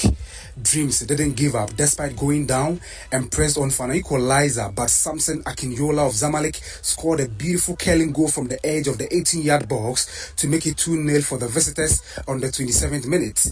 Dreams created some decent chances before halftime, and after recess, Zamalek increased their tally when Mustafa Shalabi scored in the 59th minute. Zamalek then dominated and created more chances, but Dreams will manage the game with a still believe last, ensuring the game ended 3-0 against them. That's Steven Zando from Kumasi. Now we can get some reaction from Dreams FC head coach Karim Zito, who says he's learned some valuable lessons for the future. Today, I'm proud of my boys. Nobody thought we'd reach here, and I'm very, very happy. Yes, we meet an experienced team. Definitely, this is how it will go. We are young boys. Next time when we come in, we know how to go about it. I'm picking up a lot professionally. We should behave like professionals. We should know how to treat certain situations around in the sports. You understand me? Look at what happened before we came here. So to me, I've learned a lot of lessons that I will impart it to the sports people in future. So if I get the opportunity, I'll start from my day one. Dreams FC head coach Karim Zito. Zamalek will now face Morocco's RS Berkane in the final. Berkane were again awarded a 3-0 victory after Algeria's USM Alger failed to honor the second leg game because of Berkane's jersey that has an emblem of the disputed Western Sahara. The first leg of this tie was not also played for the same reason, and now Berkane are in the final with an awarded 6-0 aggregate victory. In the CAF Champions League, Al Ahly beat TP Mazembe 3-0 on Friday to become the first team to reach 5 consecutive finals and will face Esperance in the final. Esperance beat Mamelodi Sundowns 2-0 over 2 legs. Those results also mean Sundowns and Esperance join Al Ahly and Wydad as CAF's 4 representatives in next year's inaugural expanded FIFA Club World Cup to be played in the US. Let's come home to the Ghana Premier League. That's where Kwesi Ofosu's lone goal helped Samatex beat Great Olympics 1-0 in Samaraboy on Saturday to open a 7-point lead at the top of the Ghana Premier League table. This was after second place Nations FC drew goalless against Gold Stars in Abrankese. Nations are without a win in their last 4 games and now have 45 points. Meanwhile, Diawusia Taylor, he converted a second-half penalty to cancel out Stephen Makwale's opener as Mediama and Kotoko drew 1-0 in Takwa. The draw means Kotoko remain in 11th position with 37 points, while Mediama are 7th with 40. Mediama coach Nibosa Capo expressed disappointment over his side's inability to win. Very tough game. Was really when you open game like we opened today. Corner kick we didn't defend well and we conceded after this. Always is very tough to back in the game. But we didn't be bad. Our performance didn't be bad. We created something. Just I'm really little disappointed how we continue after a goal. The Kotoko coach's Prosper Ogum, he admits his team's finishing has been poor all season. It's been happening throughout the season. We create a lot of chances, but then the conversion is the issue. Interestingly, too, we've been training on it. At training, they score a lot of goals at training. But then the tempo and the temperament of training and games are different. They need to be positionally aware of where they are, apply the right technique, and put the ball at the back of the net. So they are right. I think we still need to work on it and make sure that the few chances that come our way will be able to convert. That's Prosper Ogun there. Elsewhere, Karela United picked a shock 2-1 win over Adiana in Doma to move 3 points clear of the relegation zone. In other results, Bechem United drew 1-0 with Heart of Lions, while Legon City's urged Rekum Chelsea 3-2. In Shoteman, they take on Bofoakwatano later today. Heart of Oak's game against Accra Lions is rescheduled to Wednesday. Let's head to Europe now, where yesterday Arsenal survived a late Tottenham scare to win the North London derby 3-2 to remain top of the Premier League table with 80 points. Thomas Partey started back-to-back games for the Gunners, and it's the first time he's done that in 8 months. Former Everton defender Ashley Williams credited the Ghanaians' experience for Arsenal's win. Spurs were so on top towards the end of the game, and seasons gone past, or maybe earlier this season or last season, it probably would have ended up 3-3. But because of characters like Declan Rice and Thomas Partey, they ended up just about seeing it out. And fair play, if you're going to win the Premier League, which they're still into it, you've got to do some stuff like that. Meanwhile, the Man City, they are breathing down Arsenal's neck. Haaland was back among the goal scorers as they beat Wasteful Forest 2-0, cutting Arsenal's lead to 1 point with a game in hand. But there was again trouble for Liverpool, who dropped points for a second successive game, this time drawing 2-0 with West Ham and are now 5 points behind Arsenal. Mohamed Kudus, he provided the assist for West Ham's opener, taking his tally of assists to 5 this season. The draw wasn't the biggest talking point for Liverpool, though. Mohamed Salah was seen arguing with Jurgen Klopp when he was about to be subbed on. The Egyptian later said there will be fire if he speaks. Klopp refused to discuss the details of the issue after the game. But we spoke already in dressing room. For me, that's done. Yeah, I'm not in the mood to talk about that, to be honest, and to look at that at all. So we had to win here. We knew that. We didn't. So, and now we have a little bit more time between now and the next game. We'll try to get the boys ready again, and then we will go again. Jurgen Klopp. Elsewhere, Jeffrey Schlupp replaced Jordan Ayew and scored a stunning equaliser for Crystal Palace against Fulham in a 1-1 draw. Burnley scored late on to draw 1-1 with Man United, while Newcastle confirmed Sheffield United's relegation with a 5-1 win at St James's Park. Now, in France, Andre Ayew scored the 5th goal of his career for Le Havre against Paris Saint-Germain in a thrilling 3-3 draw on Saturday. The 34-year-old now has 4 goals in 16 appearances this season. Ayew says he's thrilled to score against PSG because of his past affiliations with Marseille. It's a good feeling, to score versus Paris, especially that I'm a Marseille boy. The rivalry between the two clubs is very big, and I've got a few goals versus Paris, so to have another one again is a great feeling. So hopefully it continues. Everything is going really well personally. I'm physically fit, getting back to my best shape bit by bit. I was injured for a while and didn't sign for a club early, so needed time to adapt for the body to get back into shape. But now hopefully everything will be okay, and we keep working hard and we keep going. Well, all that draw did was to delay the inevitable for PSG because 24 hours later, they were confirmed champions of France for the 12th time in their history. That was after second place Monaco lost 3-2 to Olympique Lyon. Now, in La Liga, the game between Atletico Madrid and Athletic Bilbao was paused briefly because Spain-born Nico Williams, who is of Ghanaian descent, was racially abused. He later scored in a 3-1 win for Atletico and pointed to his skin. Speaking after the game, Nico called for action to be taken against the racists. Of course, he's also the younger brother of Inaki Williams, the Ghanaian international. Meanwhile, elsewhere, Arda Güler scored on his first start as Real Madrid closing on the title with a 1-0 victory at Sociedad. With 5 games remaining, Real Madrid need 4 more points to cement the title. In athletics, Ghana's 4x100 meter relay team finished second at the Penn Relays in Pennsylvania. The order for the run was Manu, Paul Fuseni and Barnabas. They are off to the Bahamas next weekend to try and qualify for the Olympic Games. And before we go on NBA action, the Minnesota Timberwolves won a playoff series for the first time in 20 years after defeating the Phoenix Suns 122-116 to complete a 4-0 Western Conference first round win. Minnesota will now face either the Denver Nuggets or the Los Angeles Lakers in the Western Conference semi-final.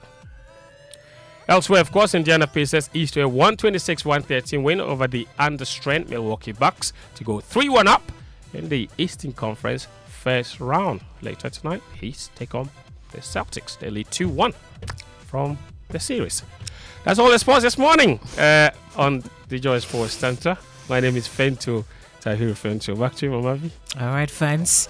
Thanks for sports. Let's cross over now. It's 45 minutes after 7, so it's time for Food for Thought with our favorite uncle. Uncle Abel White joins us and is brought to us by Riverman Productions.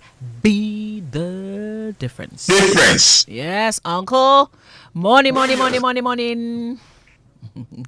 how are you doing? Oh, I'm doing very well. How are you? Oh, I'm doing great. And Fento is looking very good this morning. What's up, Fento? Uncle, I value my job, so I have to come looking like my best. You see, the fact that I'm a journalist doesn't mean I can't wear a tie every morning. You see, so that when the bankers see me, they'll respect me. Hey. So Fento, the other days that you don't dress like this, what does that mean? That day, that's it escapes my mind small. or maybe you want to dress, but then you are out of suits. Because you only have a limited number of suits to wear. So when you wear Monday, Tuesday, Wednesday, you run out by Thursday, Friday, then you go and look for some other shit somewhere.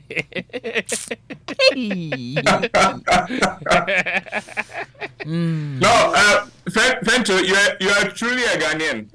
Very much so. I'm proud to be one. No shortage of excuses. No shortage of excuses. There's always reason why we can't do something. Legitimate reason. Well, Gorgeous, how was your weekend? Oh, the weekends it was good. I partied small and then I rested a lot. So okay, fantastic. Do so or no do so? Surprisingly, no do so for me. Okay. Okay, that's wonderful. But I was uncomfortable because I was thinking, okay, when are they going to take it off? When are they're going to take it off? Okay. I was still a bit anxious. Yeah. So then it makes it difficult to relax and even enjoy it. Yeah, that's it. Yeah. Well, this morning, before I do my presentation, let me say happy birthday to Reverend Dr. Joyce Frempong of the Assemblies of God Lakeside. And this is coming to you from your spiritual mother, Mrs. White. I'm sure if I hadn't done this dedication, I would have to go and look for a hotel to stay in. So, Reverend Dr. Joyce Frempong, happy birthday. Right. This Saturday, I had the privilege of being a part of the Maiden Couples Summit for the police church near licensing office. And I'm grateful to the chaplain, Reverend Superintendent Mrs. Emilia Quist, and her husband, DCOP Emmanuel Quist, for their warmth and their fellowship. The Couples Summit, though a first for the police church, was well organized and they made it fun. Congratulations to the committee that put it together and to the chaplain, Reverend Mrs. Quist, for the vision and the courage to try something new. From the police church, I went into an online program as a special guest of what they call the Pink Room, organized by the New You, TNU, fitness organization founded by Senna. Now, on the Pink Room program, a question was thrown to me that I want to speak on this morning. The question was, what is the most difficult thing about running a company or a business in Ghana? To answer the question, let me tell you a story. A successful businessman in Accra decided to set up a beach resort in his hometown in the central region to give employment to the youth in the town. He invested a lot to put up this magnificent resort and had about 80 young people hired and trained to work in the place.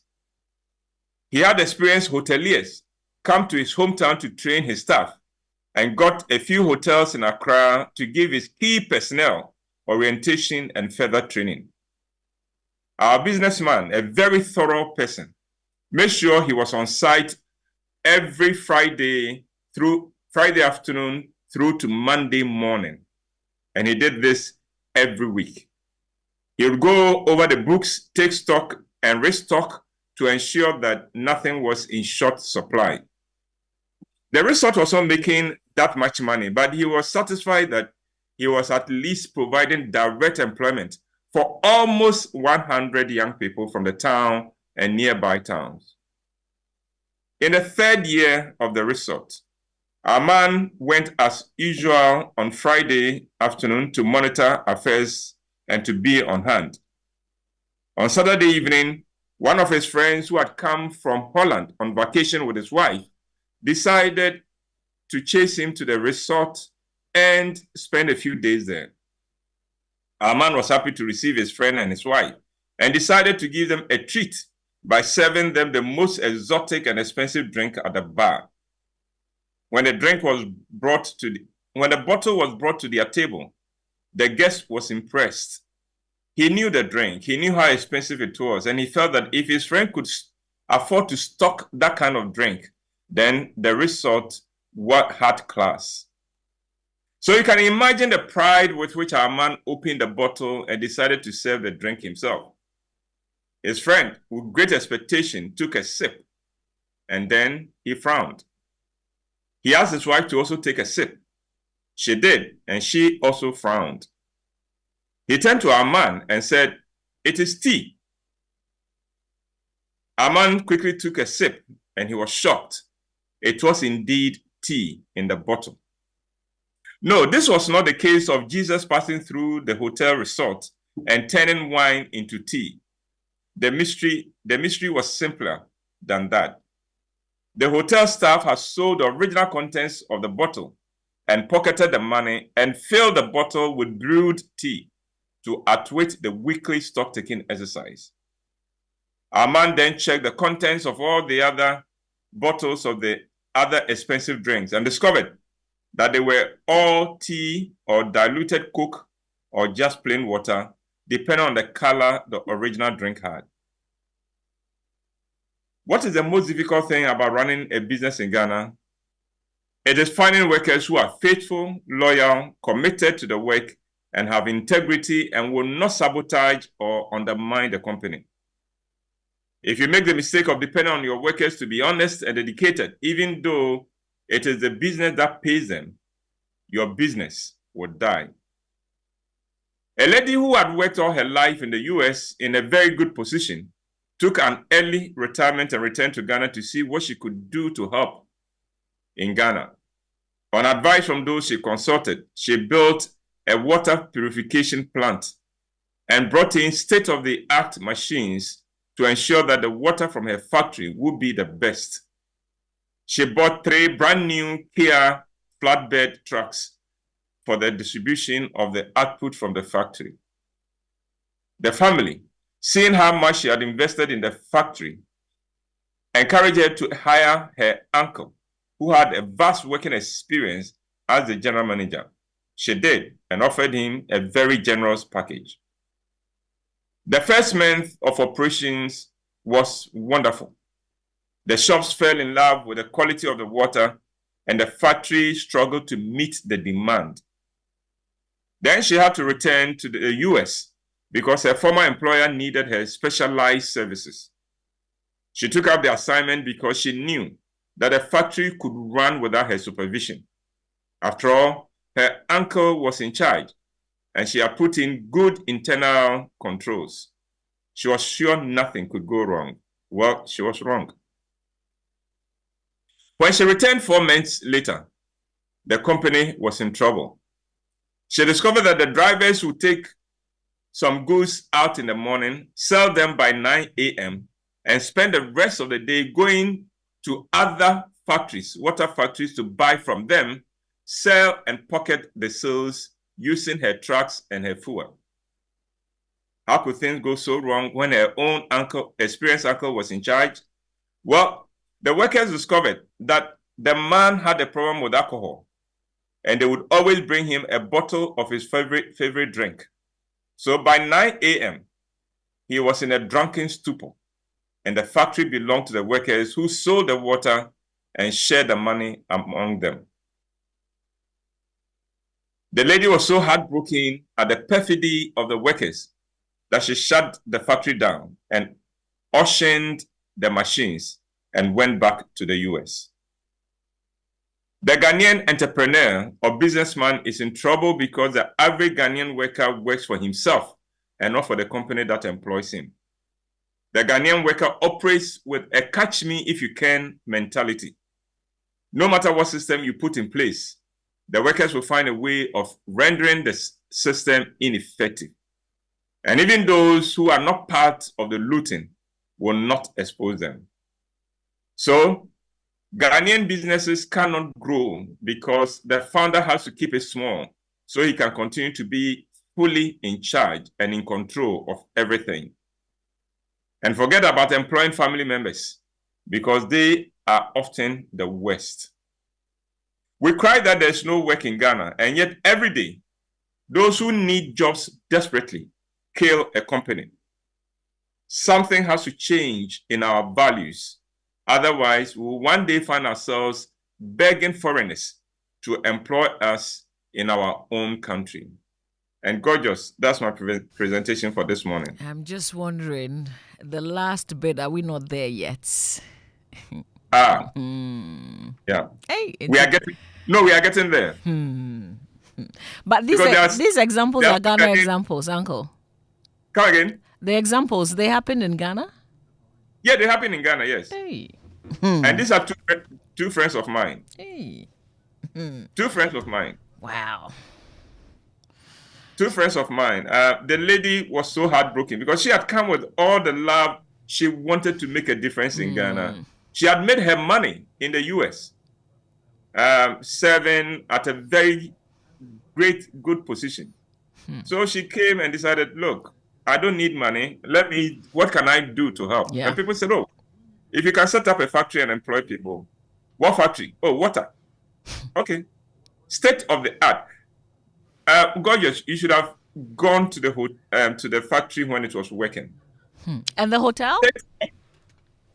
The hotel was in the central region. Oh, the hotel was fantastic. He's still keeping it going, but he still hasn't paid off the debts the workers plunging into.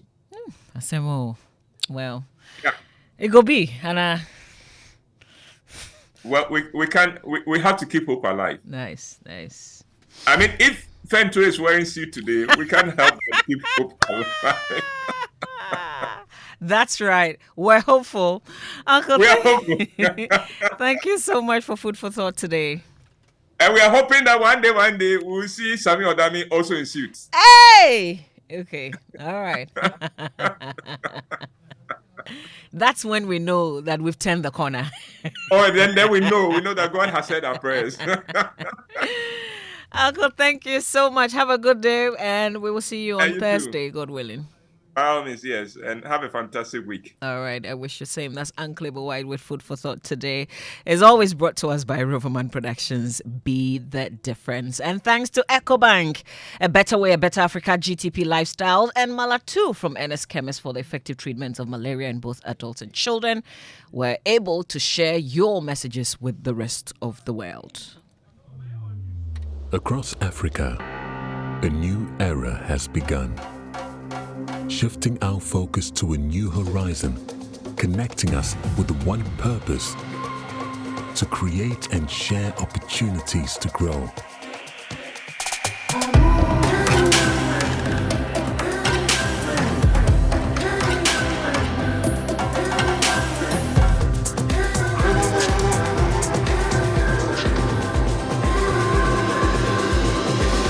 Today, we are making a brighter tomorrow, built by our dreams and our energy.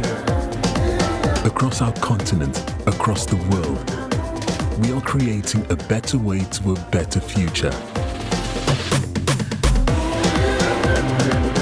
A Pan-African future. Together. EcoBank. A better way, a better Africa. Since 1966, we have defined our fashion identity with pride. Our style stems from our pride in the country of our birth and in the diverse symbols that unite us as Ghanaians. From these symbols come the new GTP New Style Collection, created to celebrate our identity as Ghanaians. Me free Ghana, I wear GTP. I am made in Ghana. Get the GTP Ghana Month collection, available at all accredited GTP dealers nationwide, the GTP retail store in Osu, or online at shop.gtpfashion.com. Check the authenticity of any GTP fabric you purchase by matching the code on the edge of the fabric with the code on the label. GTP. Life. Style. Ebusiafo, welcome. I want to greet Uncle James in Germany. Since I was a child, you have promised me a trip abroad, sir. To date, my passport is still a virgin po. And then to you, baby, for that bombastic broken heart. Hey! I want you to know that latest by June, dear, I would have won big in the Ideal Yonkopa promo. Win up to 600,000 Ghana cedis in cash and other amazing prizes up for grabs with Ideal Yonkopa promo. Just peel, text, and you could win big. This advert is FDA approved. Let's bring you the business minutes now. Thanks to Consolidated Bank Ghana CBG, we stand with you. Anointed Electricals, the generator experts, and Waikari Capital together towards tomorrow. Here's the business minutes. Hello and welcome to the Joy Business Minute, brought to you by Consolidated Bank Ghana. We stand with you. Anointed Electricals, the generator experts, and Waikari Capital together towards tomorrow. Interest rates increased for the first time across the yield curve as the government recorded a marginal undersubscription of its treasury bills auction. The local beverage industry in Ghana is facing challenges of a depreciating currency, high utility tariffs, and unstable power supply, which is threatening its operations. According to the Executive Secretary of the Food and Beverages Association of Ghana, Samuel Agri, the situation is exacerbated by the recent increases in fuel prices. And the Liquefied Petroleum Gas Marketers Association of Ghana has disclosed that LPG usage in northern part of Ghana has drastically dropped to 3%. According to the association, government has failed in making LPG attractive to consumers in the northern part of the country. That's all for the Joy Business Minute, brought to you by Consolidated Bank Ghana. We stand with you. Anointed Electricals, the generator experts, and Waikari Capital together towards tomorrow. Super Morning Show. It's the most action-packed breakfast show in town. The hottest music, the best giveaways, the great interviews, and all the laughter and fun you can imagine. Don't miss the Super Morning Show on Joy 99.7 FM. It's the best breakfast show in town. Coffee in your cup and joy on the set. The Super Morning Show is always the best bet on Joy 99.7 FM.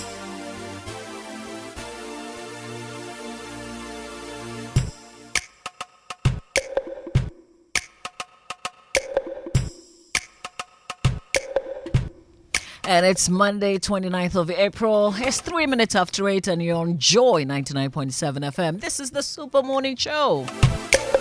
And you heard the Business Minutes is always brought to us by Consolidated Bank Ghana, CBG. We stand with you, Anointed Electricals, the generator experts, and Waikari Capital, together towards tomorrow. Need a reliable generator, a place where you can trust to get your generator. You have a very important function. Of course, you can't trust the national grid, so you need a generator on standby. There's a place where you can rent, and your generator is not functioning well. You need someone to check it out. You did not buy it from these people, but they can repair it for you. They can also maintain it for you. Anointed Engineering Services Limited. They sell ultra silent generators from 5 kVA to 2,500 kVA. They also undertake maintenance. They repair. And they stock genuine spare parts of all kinds for various generators as well. And they do rent generators, so you're sorted. They've got branches nationwide. That's the good news. And they've opened new branches. So in Amrahia, you can find Anointed Engineering Services at the Frims Oil on the main Adenta Dodowa Road. They're also in East Legon, Lagos Avenue Road, opposite Tom Rick Hotel. You won't miss it. In Tema, find Anointed Electricals on the Tema General Hospital Road. Community 9 is just after the overhead. They're also in Kaswa, off the Waja Kaswa Road near Simaf Cement Depot, and they're also in Odoko. In fact, that's where they've got their big head office at number 77 Anointed House of the Odoko Malam Road. Call their hotline on 0243 480 334 0243 480 334. Anointed, the generator experts. Coffee in your cup and joy on the set. The Super Morning Show is always the best bet on Joy 99.7 FM. And Waikari Capital is a multinational fund management company. It's regulated by the Securities and Exchange Commission. Waikari Capital, with experience in fund management and investment banking, has over the years helped its customers to thrive by enabling them to achieve their lifetime financial goals. So how do they do this? Well, Waikari Capital invests funds in ways that create a positive future for its customers, their families and businesses. They also offer corporate finance and advisory services. Well, these ways, Waikari Capital helps its customers to create the best life. How about they create one for you and your family too? Just speak to Waikari Capital today. Their numbers 05015775546 or 05015775547. Their office is on the 4th floor of the Golf House opposite the Ghana Standards Authority here in Accra. Visit their website and check them out. It's waikaricapital.com. WAICARE capital.com. You get more information. Waikari Capital, together towards tomorrow. And we're always grateful to EcoBank, a better way, a better Africa, GTP Lifestyle, Malatu from NS Chemist for the effective treatment of malaria in both adults and children. When the pain is too much to bear, please grab Rapinol. Rapinol is a rapid pain reliever. Because of our association with EcoBank, GTP, and Malatu from NS Chemist, we're able to share your social media messages with the rest of the world. So here's our WhatsApp number. Go ahead and send us messages. Join our conversation today, 055-1111997. That's our WhatsApp number. Also post on X as Joy997, on Facebook and on X, and add the hashtag JoySMS. But here's a very important announcement from EcoBank. This is information that you absolutely need. Fraudsters are on the loose again, luring bank customers via phone calls, SMS, or emails, defrauding them. They always claim to be bank staff who are assisting you in your banking transactions. They usually sound so genuine that you could easily fall prey by giving out vital information on your bank account, debit, or credit card, based on which they will defraud you. Now listen, to stay safe, customers are advised never to share password, PIN, OTP, CVV, the 16-digit card number, or any other personal information with anyone, whether remotely or face-to-face. It does not matter how convincing, genuine, or professional the person may sound or the message may seem. Just simply avoid emails or text messages that request you to click a link, and hang up on any caller who starts asking for your personal card or bank account details. EcoBank wants you to report any suspicious SMS, email, or phone call to the EcoBank contact center and delete such messages at once. Always verify third-party apps and websites before using your bank card for transactions. Call the EcoBank toll-free on 0800 003 225 when in doubt or you feel insecure. And this is really, really important. Help EcoBank to help you keep your money safe. EcoBank. A better way, definitely a better Africa. Is 9 minutes after 8 on the Super Morning Show. Coming up, we've got a Hotline documentary after the floods. The situation here is not easy, but we are managing because the keys to sometimes because of the hot weather over here, the tent under the tent is not easy, but we are managing. I had 3,000 fingerlings per pond, and I had 8 ponds in all. All put together, I invested about 100,000 Ghana cedis. Everything is gone. The Volta River Authority, the VRA, released water from the Akosombo Dam to prevent the dam from overflowing. It led to the high rising levels of the Volta River, and the water inflow flooded low-lying communities along the river. North and Central Tong districts were the most hit, and areas such as Mepe, Bato, Sogakope, and Ada as well. This was about 6 months ago. Over 35,000 Ghanaians were affected, women, children, the elderly. Farms were submerged, crops destroyed. The inventory of stores and businesses in low-lying areas suffered extensive damage. Can you believe that as we speak, even though we set up a ministerial committee to deal with this matter after their first visit, they haven't been back. We haven't resettled these persons were affected, most of them living in tents today. Yeah, that's where we are, and sadly, we've all been quiet about it. It's a shame, isn't it? Well, we'll share this Hotline documentary with you after the floods here on the Super Morning Show. If you live in any of these areas, you want to reach out, 055-111-199-7. That's our WhatsApp number. And you can also post on X with the hashtag JoySMS. But we've got our friends from Lakeside Estates. They'll be on the Super Morning Show today. You know, Lakeside Estates actually one of those real estate developers that you can trust. Absolutely. They provide unique homes that are environmentally friendly. And they're also Ghana Building Code compliance. They've got some great news to share with us. So stay with us as we speak to Lakeside Estate and we explore what they have.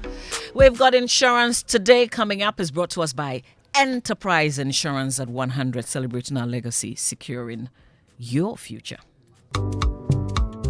Insurance Today is a public education service by Enterprise Insurance. Ensure you speak with your insurance broker or agent before making any insurance decisions. Thanks for joining me. I'm Baba Taylor. We have said that Enterprise third-party fire and theft motor policy covers theft, burglary, damage to your vehicle or accessories like car radio, audio speakers, and also covers loss due to fire, explosion, etc. Let's look at some of the benefits. An enterprise third-party fire and theft motor policyholder will enjoy cover for emergency medical expenses of bodily injury sustained by you and or any occupants of your vehicle resulting from an accident to your vehicle.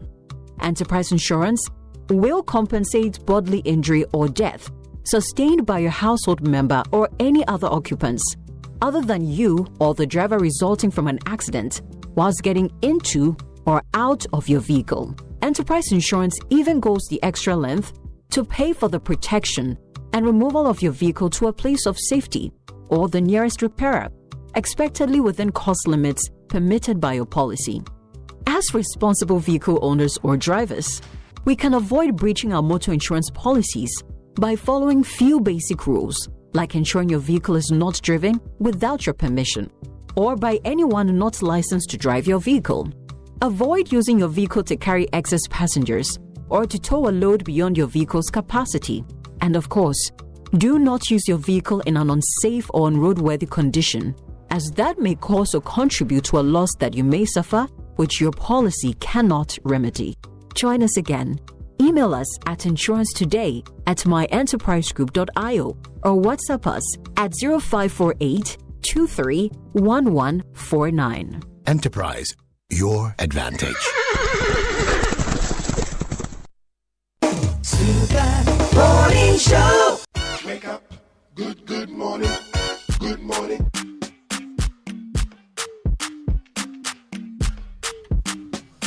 All right, thanks to Enterprise Insurance for bringing us insurance today here on the Super Morning Show. Our big stories are brought to you by Telecel, connecting Energy's latest film, Your Partner for Life and Equity Health Insurance, here for you. Now, you're about to have the world at your fingertips because the wait is finally over. Telecel is here. Now you have everything you want and need quick and reliable communication, stress-free money transactions via Telecel Cash, transforming your big business ideas into success stories with Telecel Business and more.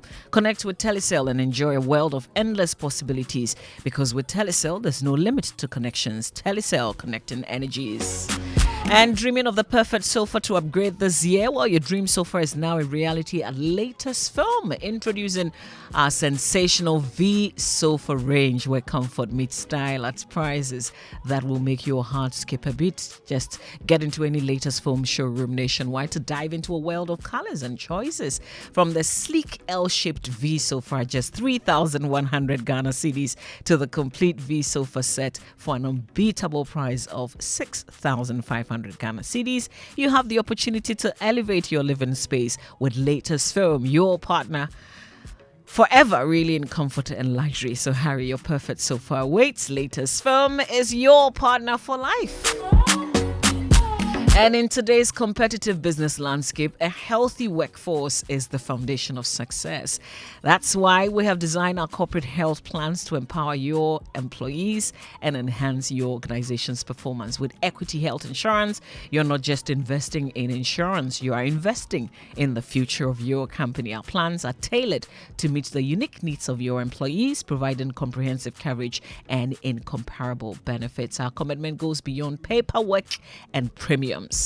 At Equity Health Insurance, we stay with you all the way. Call Equity Health Insurance on 0501 515 124 or 0506 607 910 and let them serve you better. Equity Health Insurance, here for you. It's 16 minutes after 8. This is the Super Morning Show. Now, when we come back, our friends from Lakeside Estate, they will share the good news with us on the Super Morning Show. Please stay with us. It's the most action-packed breakfast show in town. The hottest music, the best giveaways, the great interviews, and all the laughter and fun you can imagine. Don't miss the Super Morning Show on Joy 99.7 FM. It's the best breakfast show in town. I send them, you get them. I get them, I send them. I get them. I pay them. Telecel cash. I get them. I pick them. Telecel cash. You get them. I send them. Telecel cash. I send them. You get them. Telecel cash. I get them. I buy them. I take them. I pay them. I send them. Telecel cash. Telecel Cash. Experience the ultimate convenience of sending money on Telecel Cash. Sending money from Telecel Cash to Telecel Cash is free. You can also make payments to merchants on all networks. Enjoy best value and total security with Telecel Cash. Telecel. Connecting energies. Cadbury Rechoco is now available in a new pack. You would love the fresh new look. It's a vibe. Cadbury Rechoco supports the energy to keep you going. Kickstart your day the Ghanaian way, wherever the day will take you, with a cup of delicious, creamy, smooth Rechoco. Cadbury Rechoco, rich taste, rich identity. This advert is FDA approved.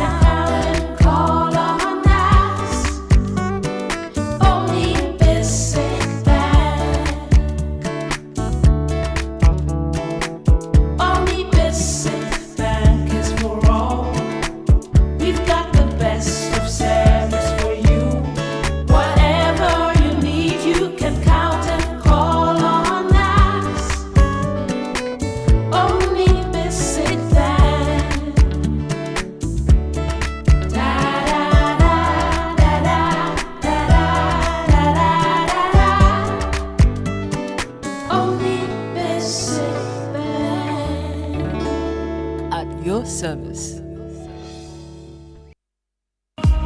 Waikari Capital. We are a multinational fund management company regulated by the Securities and Exchange Commission. Our aim is to help our customers thrive by enabling them to achieve their lifetime financial goals while investing their funds in ways that create a positive future for them, their families, and their businesses. In this way, we help them to create the best life. Speak to us today. Call us on 050-157-7546 or 050-157-7547. Visit www.waikaricapital.com. Waikari Capital. Together towards tomorrow. Hey, Cashman. Yeah. Don't you know Nana has assembled all of us and you are here making calls? My generator is spoiled too. So I'm calling a renowned Ghanaian company with an excellent track record in the sales and repairs of generator sets in Accra to come and repair for me. Oh, is it Anointed Electricals? Yeah. Anointed Electricals deals in quality and genuine generators with high fuel efficiency. We also rent generators. They sell quality generators from 10 kVA to 2500 kVA. They have spare parts of other generators and can repair every faulty generator set even if you didn't buy from them. Look, now we don't have any electrical problem in Accra. Oh, how? Because Anointed Electricals is right here at East Legon, Lagos Avenue, opposite Tomric Hotel. And that's why Nana is calling us. Okay. Yes. If you want to buy a brand new generator or repair the old one, visit Anointed Electricals. Or if you are within Accra, call our hotline 0246 423 534 or call 0243 480 334. They have qualified and dedicated men on 24-hour after sales service. Then let's go and listen to Nana. Let's go. Gosh, after giving you the hint, won't you give me anything? Anointed, the generator experts.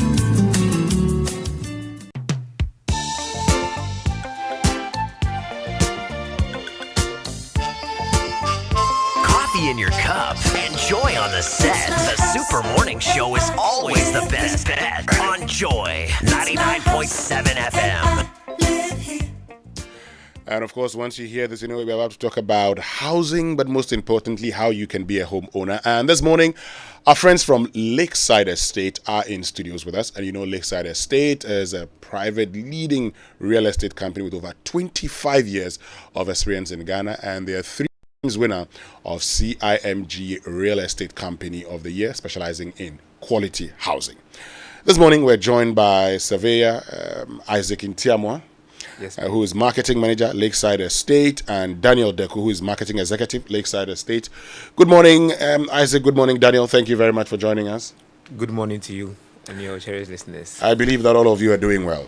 We are doing very well. Great. So let's talk housing. Let's talk about, your latest development. So tell us first of all about Lakeside briefly, and then we get to focus on your Lakeside Hills development projects. Thank you very much. And good morning once again to your cherished nest and then my MD, Dr. Prince Joseph Eku, and my director, Salakweku Kalmoni.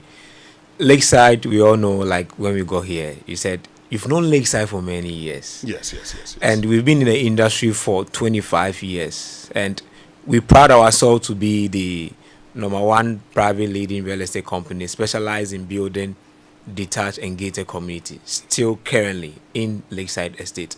And for the past 25 years, we've won several awards, and we are now the 3 times CRMG Real Estate Company of the Year, and then also the overall Real Estate Company of the Year by the Ghana Real Estate Developers Association.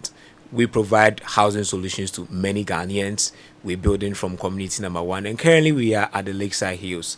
That is where we currently focusing all our development at the moment. We are building a holistic community with various house styles like 2-bedroom, 3-bedroom, 4 bedrooms, and we are creating a sense of belonging within a particular confined area where you have your children playing, when you have the sports complex, when you have the shopping centers, you can have access to hospital facilities, you can have access to children play area like leisure, all within one location.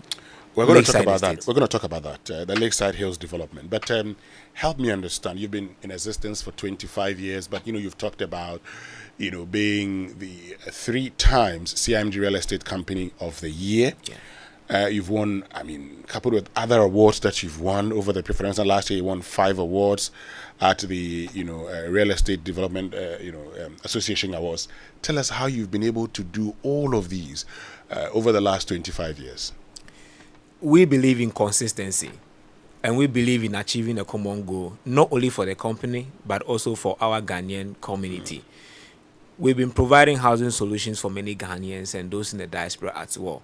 We have been able to build a trust record such that our customers find confidence in us in delivering housing solutions for them. We hear many stories over the years, people sending money from abroad. Somebody send money to, a cousin, a brother, a friend to build home for them, and then they end up not giving them what they actually want. Lakeside Estate, we've been consistent in delivering housing solutions for many Ghanaians. And for the past 25 years now, we have been very consistent, making sure that every customer or every Ghanaian person who want to own a home, we are there to make sure that we provide housing solutions for that person. And starting all the way from 2005, we've been building, we've transitioned many years, we've changing products, we are falling in line with the trends of the industry, we're changing house types, we make sure that we get customers' feedback, we incorporate what the customers want into our development. So the energy and the consistency we've put in developing our community has been so great, such that our customers also find that confidence and trust with us. Many people out there, they send us money for purchasing a home. Sometimes they don't even see the product, but because of the trust we have built with the customers, they believe that when they come to us, we will be able to provide the housing solution for them. That is how we have been able to become that trusted real estate company, and we're still building. Great. So coming back to the Lakeside Hills development, take us through it gradually. People talk, 2-bedroom, 3-bedroom. No, but break it down for us. 2-bedroom. Is it just standardized 2-bedroom, or you have varieties when it comes to the 2 bedrooms? How about the 3 and the 4? Okay. When we talk about the Hills development, what we want our customers or our Ghanaian citizens to know is that when we talk about housing, it's not just about the house. You don't only live in just the house. I believe in a home. A home comes with a lot of things. I can buy an ordinary house anywhere and live in it as a house. It can provide shelter for me. Yes, it is a house. But we are talking about Lakeside Hills development in the sense that it is building number of houses that comes along with other community infrastructure. You live in a community where when lights runs out, you are dependent on solar. You want to have your kids going around playing around the community. The security that is associated with it, because if I live in an area where I can't go out to have a walk with my family, do some jogging, do some morning sports, go to the complex to be able to, keep fit within my body, then I don't call it a community. We are building a community at the Lakeside Hills where you can appreciate nature. You stand at the hills. Many real estate companies say they are hills, but you go and then you don't see any hills. This is overseeing the hills of Ebri Mountains. You appreciate nature.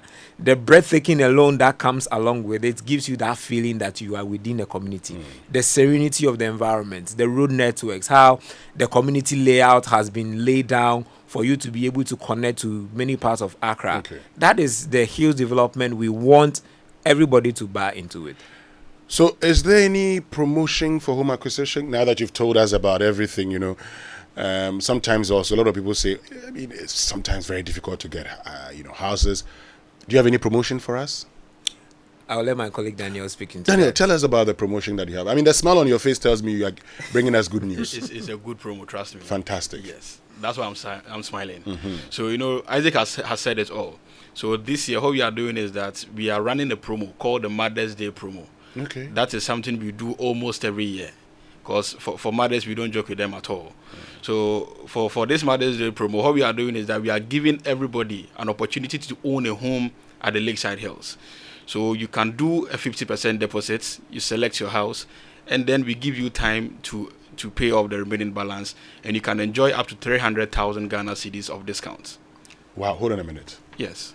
You have to pay 50%. Yes. Then you're giving a time to pay. And you then enjoy up to 300,000 Up to 300,000 Ghana cedis worth of discounts. That's a lot of money. I mean, that's a lot. That's a lot. Oh, I see. Yes. I like that already. So, Abeg, how do I qualify? I mean, how do I know I qualify for this, promotion or offer? So, it's not a difficult thing at all. Once you walk into our office, we will take you around. You select any of the house types that you want. You have from 2 bedrooms, we have 3 bedrooms, and then 4 bedrooms. And then, there are 2 types of each of these house types. There are 2 types of the 2 bedrooms, 2 types of the 3. So depending on what you want, then you can select one of them. You just make the initial deposits, and then we give you time to pay off the remaining balance, and then you enjoy up to 300,000 Ghana cedis. Yes. So you've talked about, can I say that in effect, we all qualify? Everybody. All you need to do is just walk into your office. Walk into the office, select your house type, and then you proceed with it. So when I walk into your office, what do I need to do in order to own this house that you talk about? Okay. So we running a package which we name it the Mother's Day promotion, and next week Sunday is Mother's Day. Yeah. And this is the period we use to appreciate mothers. Sometimes you have other people who want to appreciate their mothers, because we do get calls from time to time. I want to purchase a home. I'm not necessarily going to stay inside. I'm purchasing it for my mom. I want to give my mom that treat to find the comfort. And this is actually the moment. This is the time. Even if you're not even purchasing it for your mom, it is an opportunity for you to own a home. It's not just about walking in to get a house. Everybody else qualifies for this particular promotional package, but we run through with you to be able to find your particular need to tie with what you want. Because sometimes people want to buy houses, but they actually don't know the use or the purpose for it. Sometimes somebody wants to buy a house, he wants to put it as an investment, but he ended up buying a 4-bedroom house, like a rental investment. You do not necessarily need to go there. So once you come in, the sales executive will run you through. And towards this Mother's Day promotion as well, we are doing an open house. So it is an opportunity for you to look at the house types we have a feel of it, come to the bedrooms, sit, feel, relax, so that you can be able to zoom yourself into the home as if you are in it or you own it at that particular moment you are doing a house selection. Okay. Then from there, we can be able to guide you through. And it's going to last for a period of about 3 months that will give you the period to pay the rest. Yeah. Oh, that's great. So tell us, before we wrap it all up, tell us why you believe every home buyer should purchase one at Lakeside Estate. Thank you very much for the question. We believe in landed property that the most number one significant thing that every home buyer should look out for is security in the property. We have been able to ensure that our property are secured.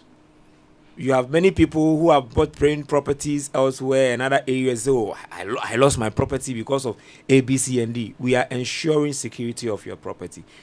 In fact, we are guaranteeing the security of it. We are giving you comfort and we are giving you lifestyle. And we are giving you that flexibility to own a home without any hassle.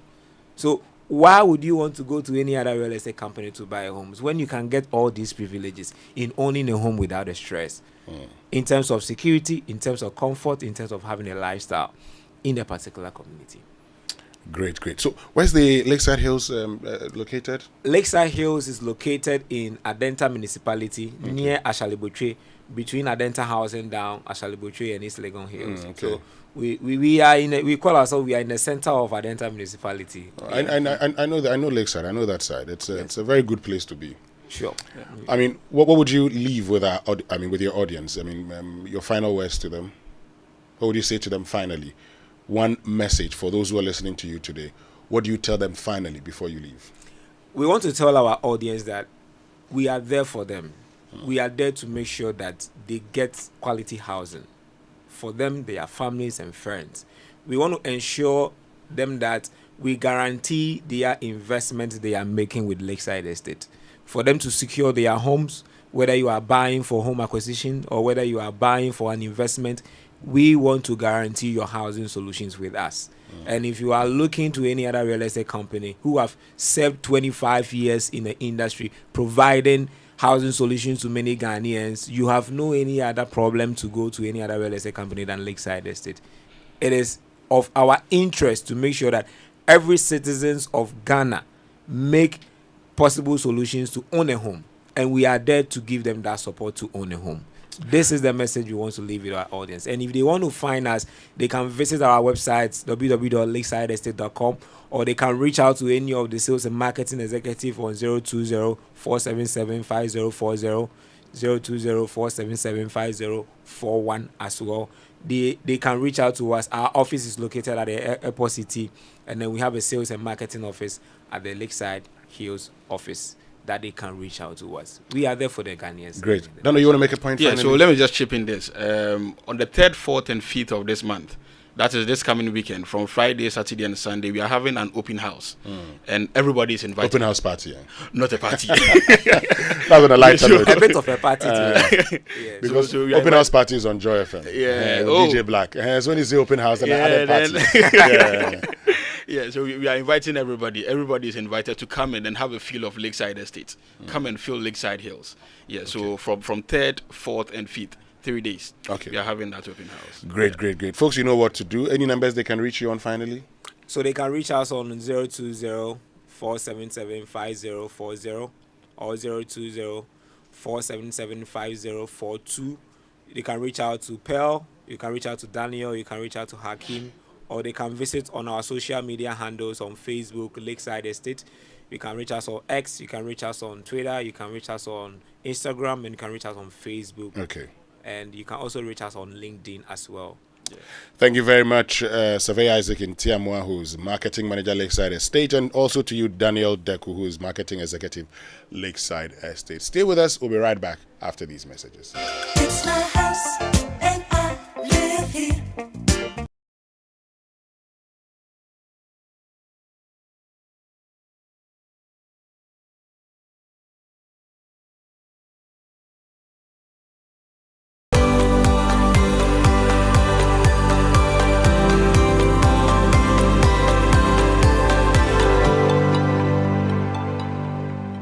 Tell me, when was the last time you visited your dentist? Within the last 6 months? 1 year? Beyond 2 years? Never? The Ghana Dental Association recommends seeing your dentist at least 2 times each year in order to maintain optimal oral health. My name is Dr. Gwendolyn Amakwe Baiche, and this is Time with the Dentist, proudly sponsored by Pepsodent in partnership with Ghana Dental Association. So why should you visit your dentist this often? The primary reason is for prevention. As the saying goes, prevention is better than cure. I know most of us have the habit of visiting the hospital or clinic only when we are in pain or discomfort. It is important for the dentist to institute some preventive measures to avoid dental disease, like fluoride application to strengthen the teeth and sealants to prevent tooth decay. It is expected that by brushing your teeth twice a day, you're able to get rid of the plaque that accumulates on the teeth surface. But once plaque hardens over time to form what we call tartar or calculus, your toothbrush is unable to get rid of this tartar. Tooth replacements, be it fixed or removable, like crowns, bridges, or dentures, also require regular professional dental care, as they can equally accumulate plaque and tartar. So another reason to visit the dentist regularly is to have your teeth professionally cleaned to keep your teeth and gums healthy. Early detection and diagnosis of diseases of the mouth and teeth is very important. These may seem minor at first, but the longer you wait to see a dentist, these problems develop into something more serious, which will require more extensive and expensive treatment. Also, if you already have an ongoing oral health problem, regular visits will enable the dentist monitor your progress and respond to any new developments early. As the mouth is a reflection of the body, the dentist is usually the first to detect a more serious medical condition that you may not be aware of. These are medical conditions or diseases of the body that have an oral manifestation or show signs in the oral cavity. The dentist can also give you good advice on how to care for your teeth, what to do in emergency situations, the changes to expect with the children as they grow, and answer any question you may have.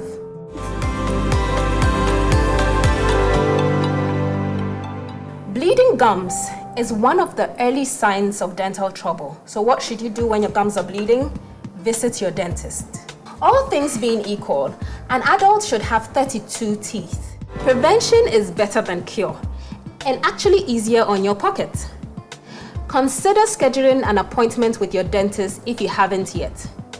Remember to brush day and night with a fluoride toothpaste like Pepsodent. Your health is your responsibility. This campaign is brought to you by Pepsodent in partnership with Ghana Dental Association.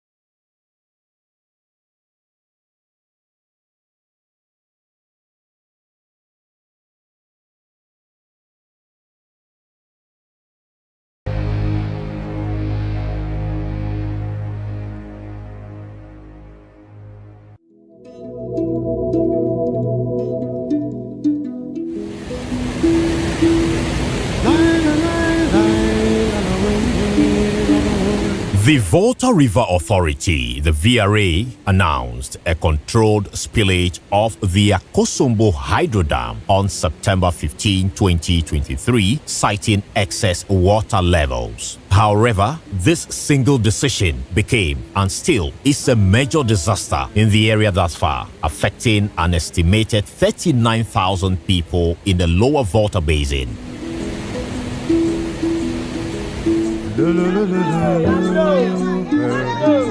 Public toilets, mortuaries, hospitals, refuse dams, homes, farms, schools, and even roads were submerged.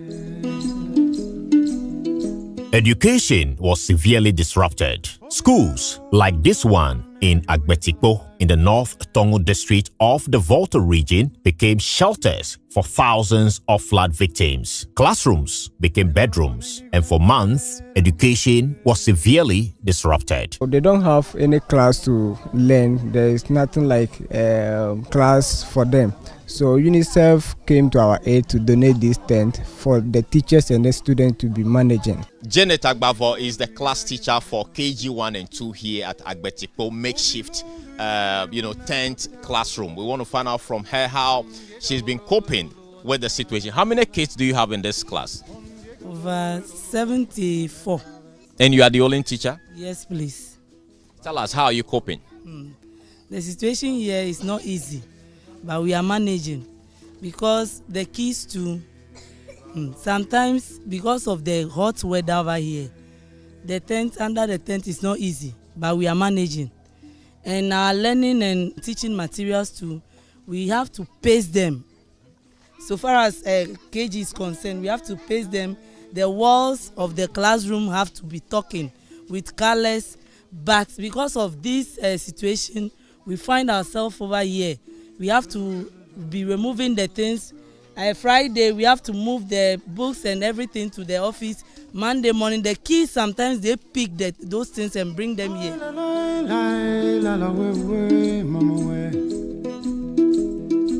Livelihoods were shattered. Meet 38-year-old Patrick Wolanyo. He is a father of two. Before the flood, he relied on this corn mill and domestic poultry for income. Not only has his livelihood been washed away with the rushing flood waters, Patrick is now homeless. Before the flood, this is what I've been using. This is my property. This is what I get my daily bread away from to feed my family.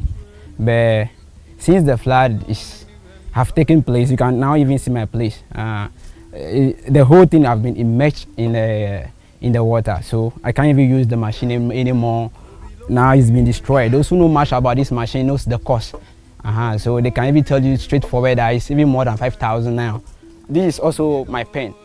This is where I rear my goats, my duck, and even my fowls. So now they are all destroyed. Even the fowls, the thieves have even come for some because they don't have any place to live. So they've been stolen. So since they are no more, life is very difficult now. I don't even have anything doing anymore.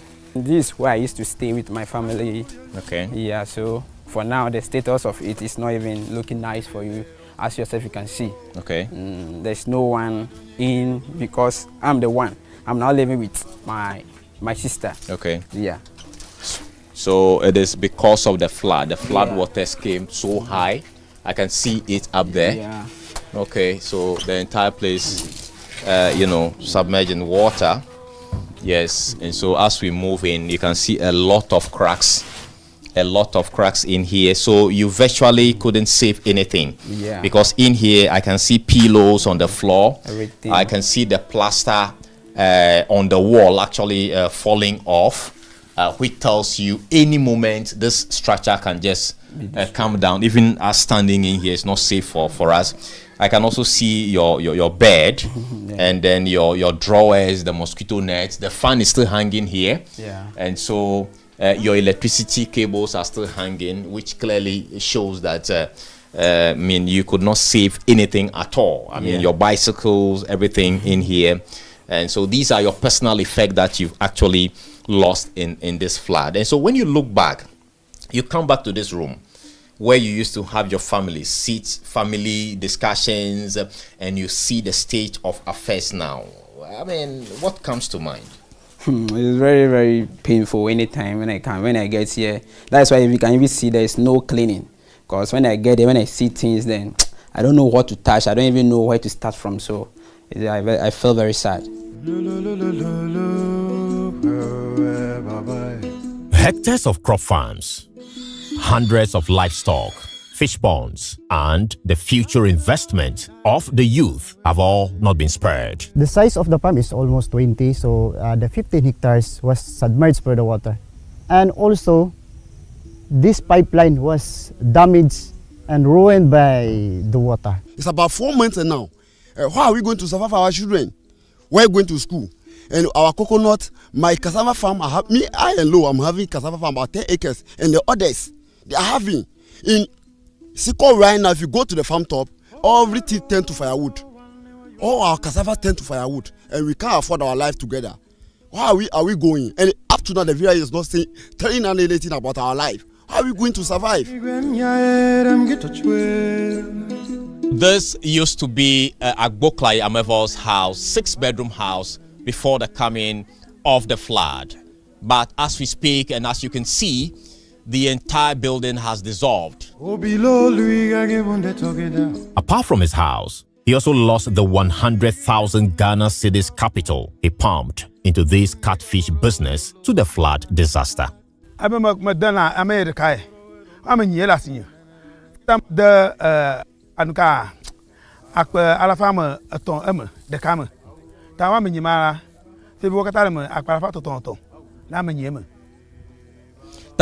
gahume in dema eglo number ano abe 100,000 Ghana cedis.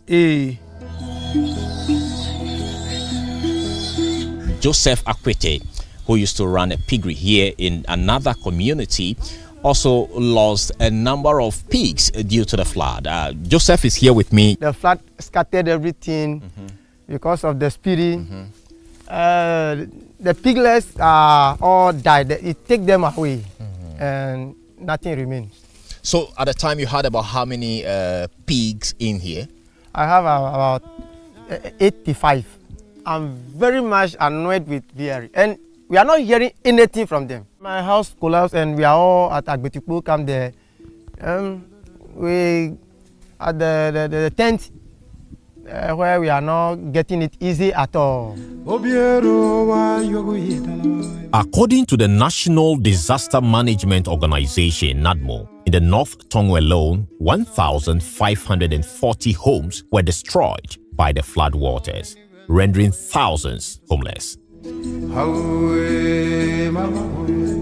The aged and the physically challenged are the most affected.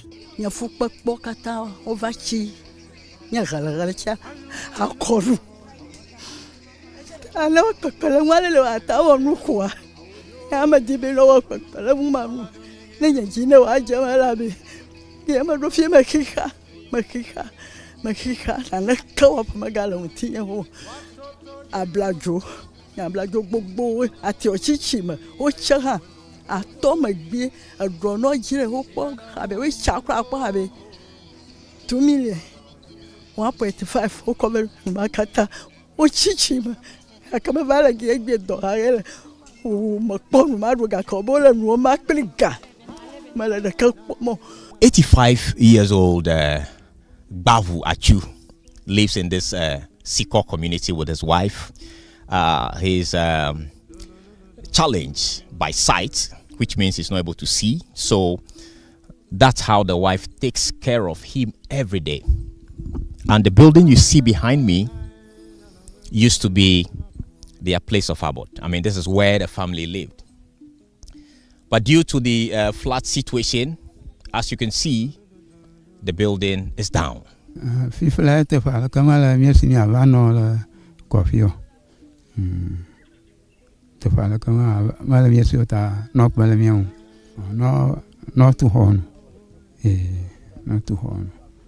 Rebuilding these communities and homes more than 6 months after the flood does not seem possible for many.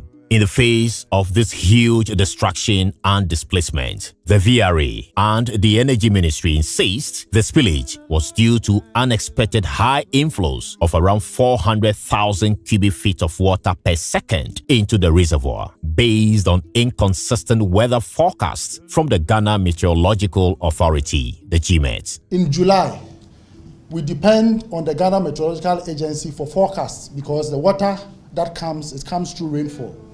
At the time, the forecast gave the indication that we are not supposed to expect too much water into the reservoir. But in August, the situation changed. The same GMET now issued a new updated forecast that the situation has changed and we should expect a lot of rain going forward. They relied on expert information from the Meteorological Authority Agency. That changed, and that changed the course of things. But the head of Central Analysis and Forecasts at the Ghana Meteorological Authority, the GMET, Felicity Ahiafianyo, disagrees, insisting nothing changed as an accurate forecast was provided to the VRA ahead of time. Our forecasts did not change. The documents are all there. It's a public document. Whatever we send to them is also made available online, so you can pick it and study it. Last year, the seasonal forecast came out on the 10th of March 2023 in the presence of the media and other stakeholders. And this document was sent to VRA. Then when that one was that we call it March, April, May, and then April, May, June. Then we have June, July, August, and then the trend continues. So we keep it's 3-month season that we deal with. So for the 3 months, the accumulation, how it will be, that is what we are predicting. And then that is what we've given to them. So in a year, we provide them with 3 seasonal forecasts. That is the major rainy season purposely for the southern sector, and then the one for the north, and then the minor season. So the forecast for last year predicted that some areas are going to experience above rainfall for 2023 season. And then the minor to when it was out, it was also having the same indicators that most areas are likely to have above the normal rainy seasons that we know, of which it was communicated to them. In this particular case, we cannot be blamed for that, because we have been providing them with daily, weekly forecasts. This means the VRA's claim that the over 400,000 cubic feet of water that entered the dam per second before September 15, 2023 was unforeseen is untenable. The question on the lips of victims are: who was interpreting the GMET forecast data at the VRA? What changed in July, as claimed by Engineer Abdul Noor Wahab? Whose decision was it at the VRA to postpone spillage till September 15, 2023? Wasn't the VRA carrying out its independent monitoring upstream? What does the VRA's emergency preparedness plan say? And what was the level of engagement with residents before, during, and after the spillage? The Member of Parliament MP for North Tong constituency, Samuel Okujeto Ablakwa, insists his people deserve answers. I cannot believe that such a major decision, Cabinet was not brought up to speed, was not apprised about it, and that the Commander-in-Chief did not give the green light. So I take the view that from VRA all the way to the very top, the President, the Commander-in-Chief, they owe us explanations. They must tell us, how did this happen? Why is it that we didn't see any serious emergency preparedness? There was no national mobilization. Even you in the media, if you had been engaged, you were told that, look, because this is not a natural disaster which took us by surprise. You decided that on this day, the 15th of September, you are going to open the floodgates. So you knew. So when you took that decision that you are going to open the floodgates on the 15th of September 2023, in between the period you took the decision that you are going to open the floodgates and the day you spilled, what did you do? How come as a member of parliament, nobody called me? Nobody. Not from the Ministry of Energy, not from the VRA, not from the presidency. Nobody. We should all have been engaged. Stakeholders, the chiefs, assemblymen, the media, there should have been sensitization. Those who should be evacuated, moved to safety, to higher ground. There was no, I was expecting that there will be sensitization, there will be education, there will be some national mobilization, the media will be informed, at the national media, local media, all of us will be engaged.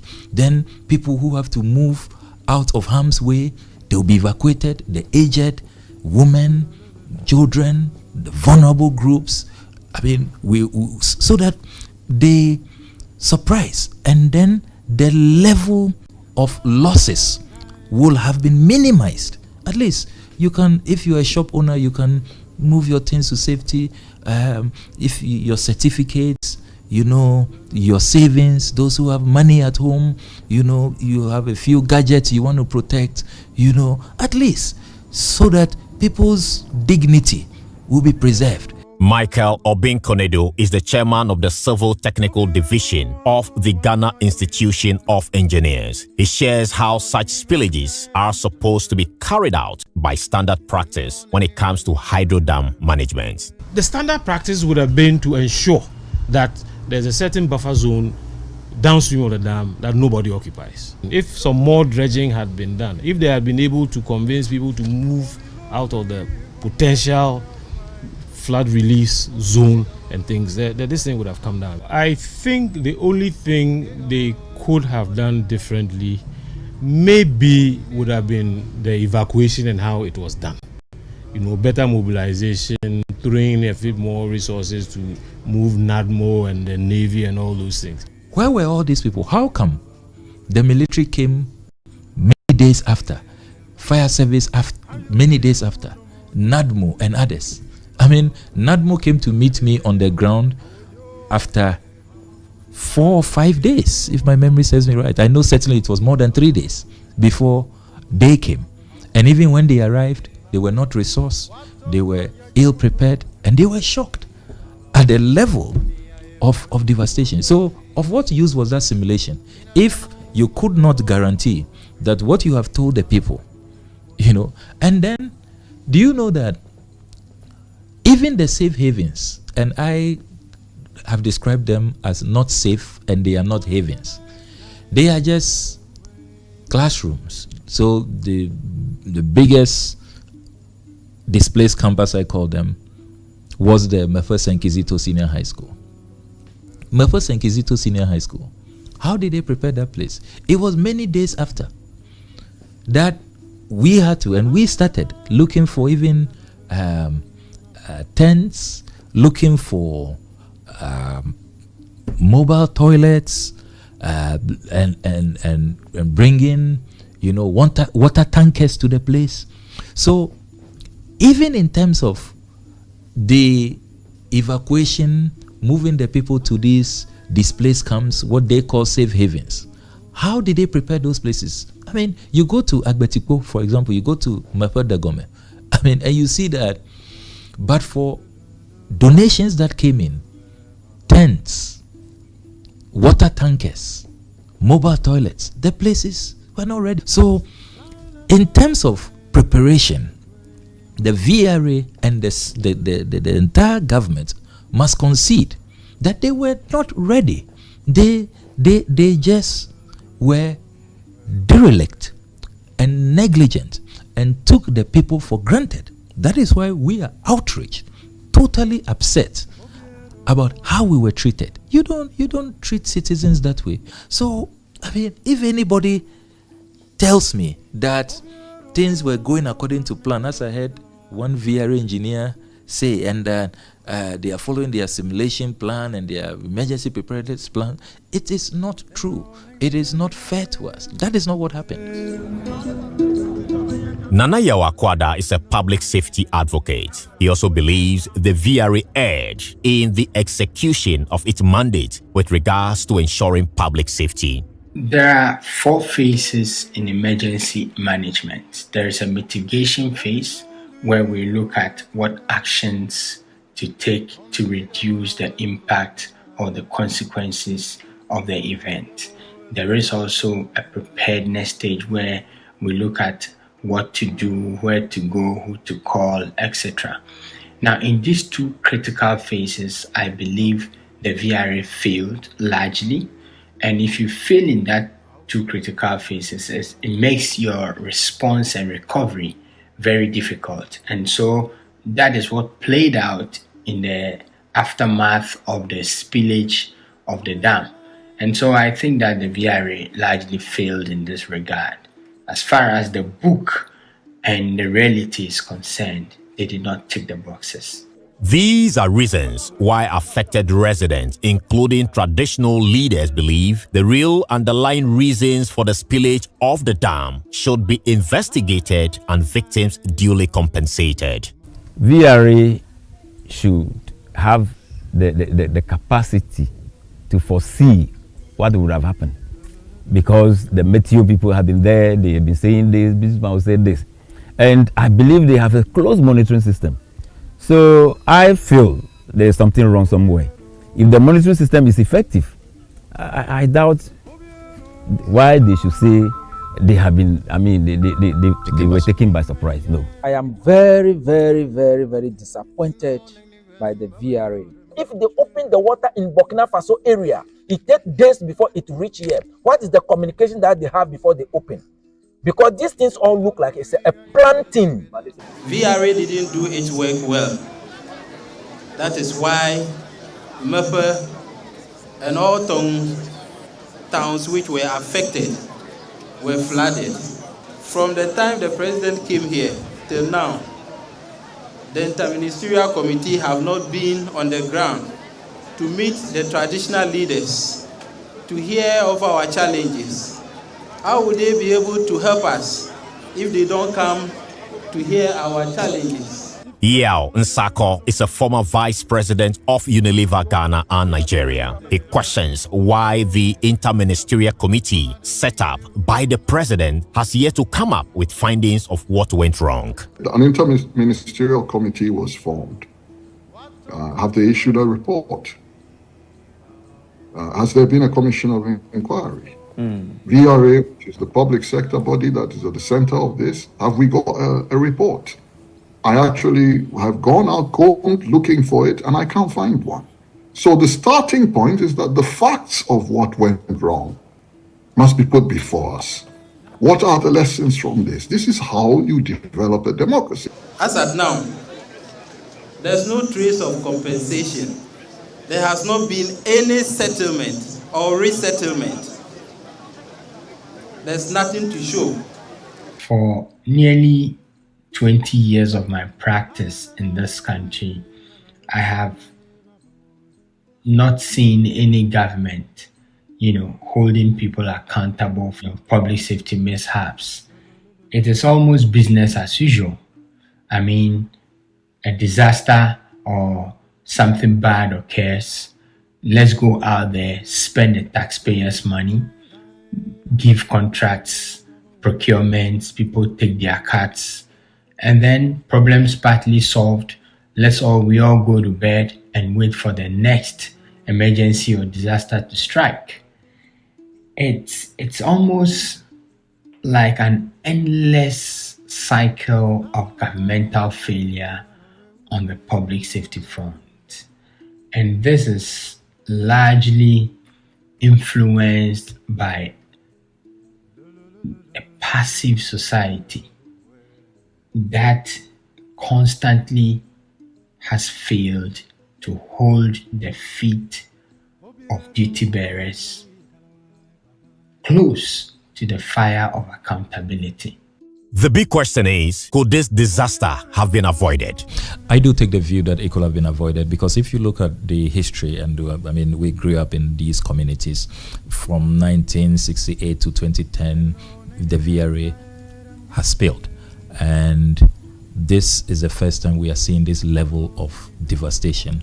So we are of the view that the way and manner it was done, it appears that people waited to the last hour and did a full blast, and there was no proper emergency preparedness. We were taken by surprise. We've never seen anything on this scale, on this magnitude. So something really went amiss this time round, and that is why we keep insisting that there ought to be a program, so that, most importantly, those who were negligent, those who shirked their responsibilities and caused us all of this pain, this devastation, this catastrophe, are brought to book.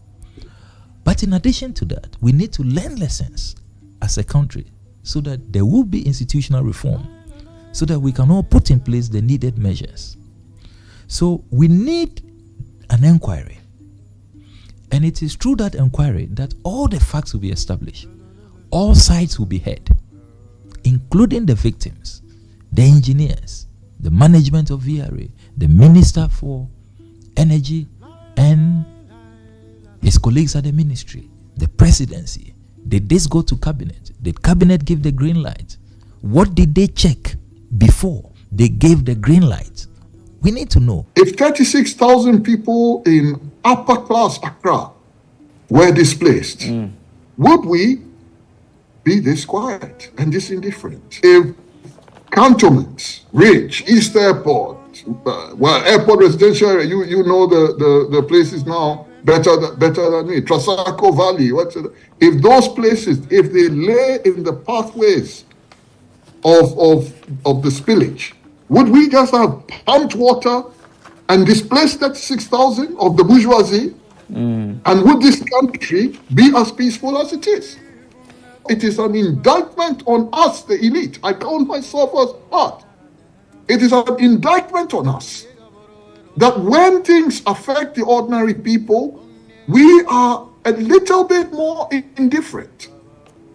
And if you build a society like this, is something I say all the time. Okay. James Baldwin famously said, the most dangerous creation of any society is the man with nothing to lose. That is what we are doing.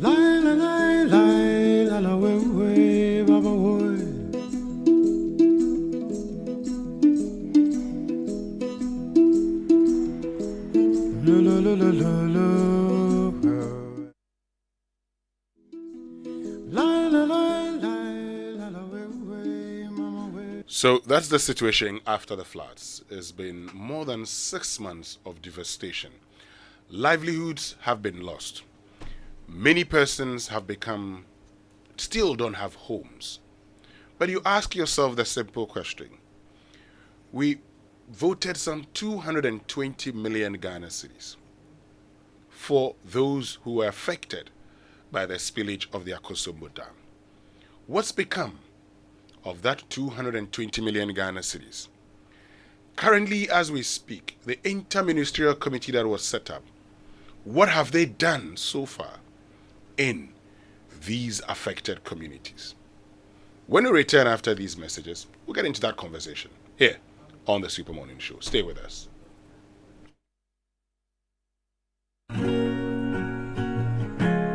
Happy Monday and welcome to Vital Signs by Sonotech Medical Center. I'm Dr. Grace Bachman. Let's wrap up our discussion on autism as we focus on how we can support children with autism. Public education about autism helps to reduce stigma and increase understanding. Awareness leads to acceptance and inclusion. Schools should have resources and support systems in place to accommodate their diverse needs, including trained teachers and specialized learning materials. Inclusive spaces are needed where children with autism can participate in recreational activities and social events. We need to ensure access to healthcare services, therapy, and early intervention programs for children with autism and their families. By coming together as a society and embracing diversity, we can create a more inclusive environment for children with autism to thrive. Reach out to Sonotech on 0242439467.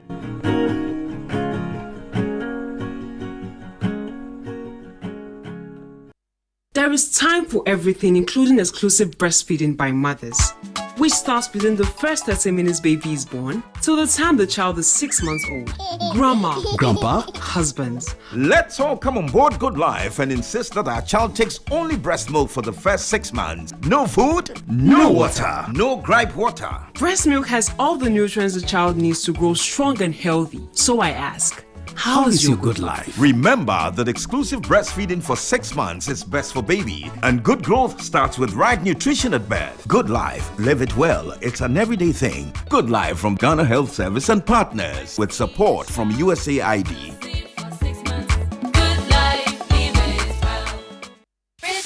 Cadbury Rechoco is now available in a new pack. You would love the fresh new look. It's a vibe. Cadbury Rechoco supports the energy to keep you going. Kickstart your day the Ghanaian way, wherever the day will take you, with a cup of delicious, creamy, smooth Rechoco. Cadbury Rechoco, rich taste, rich identity. This advert is FDA approved.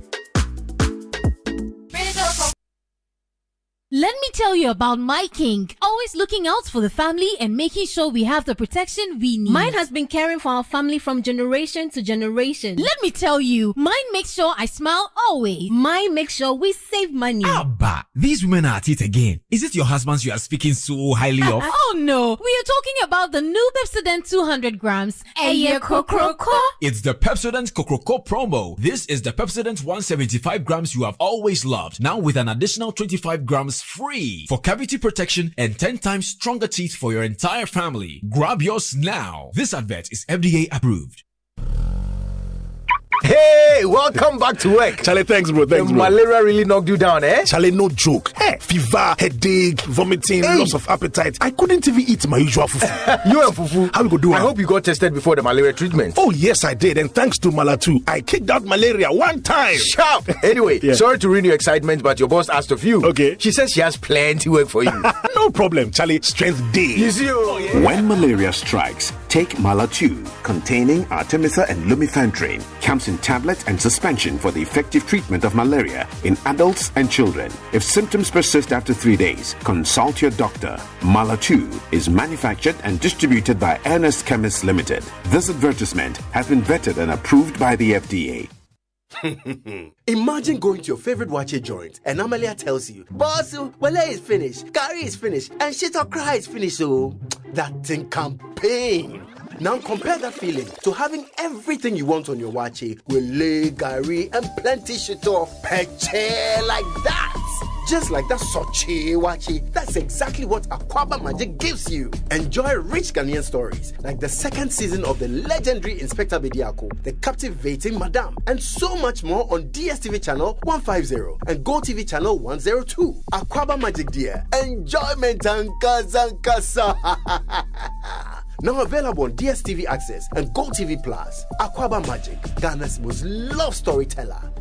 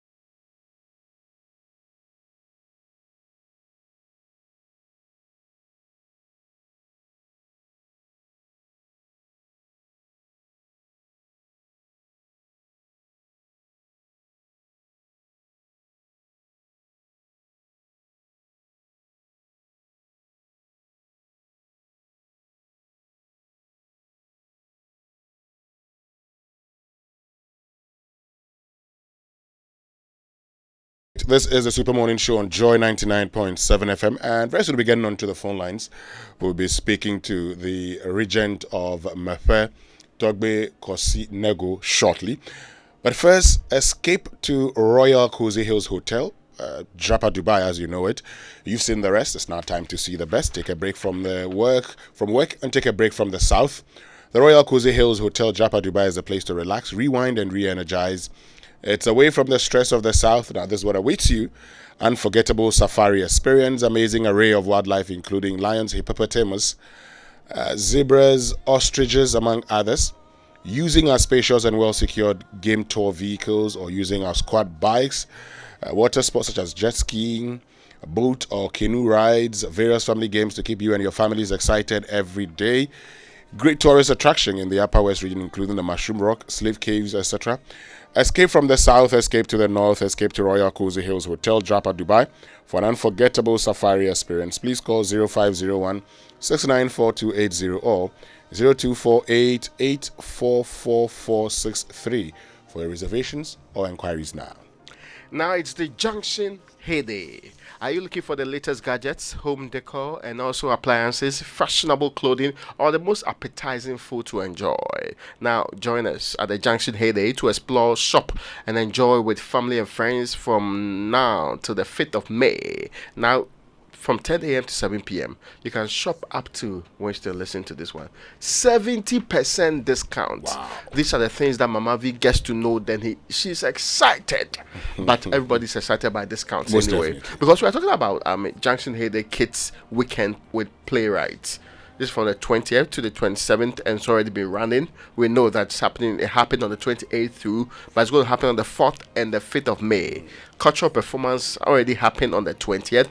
Choral performance happened on the 21st. Now, aerobics, we know games are happening, health screening with the Catalan and MX24 TV, and the live band is happening there, big time. There was one on the 27th. Oh, this is Seweni.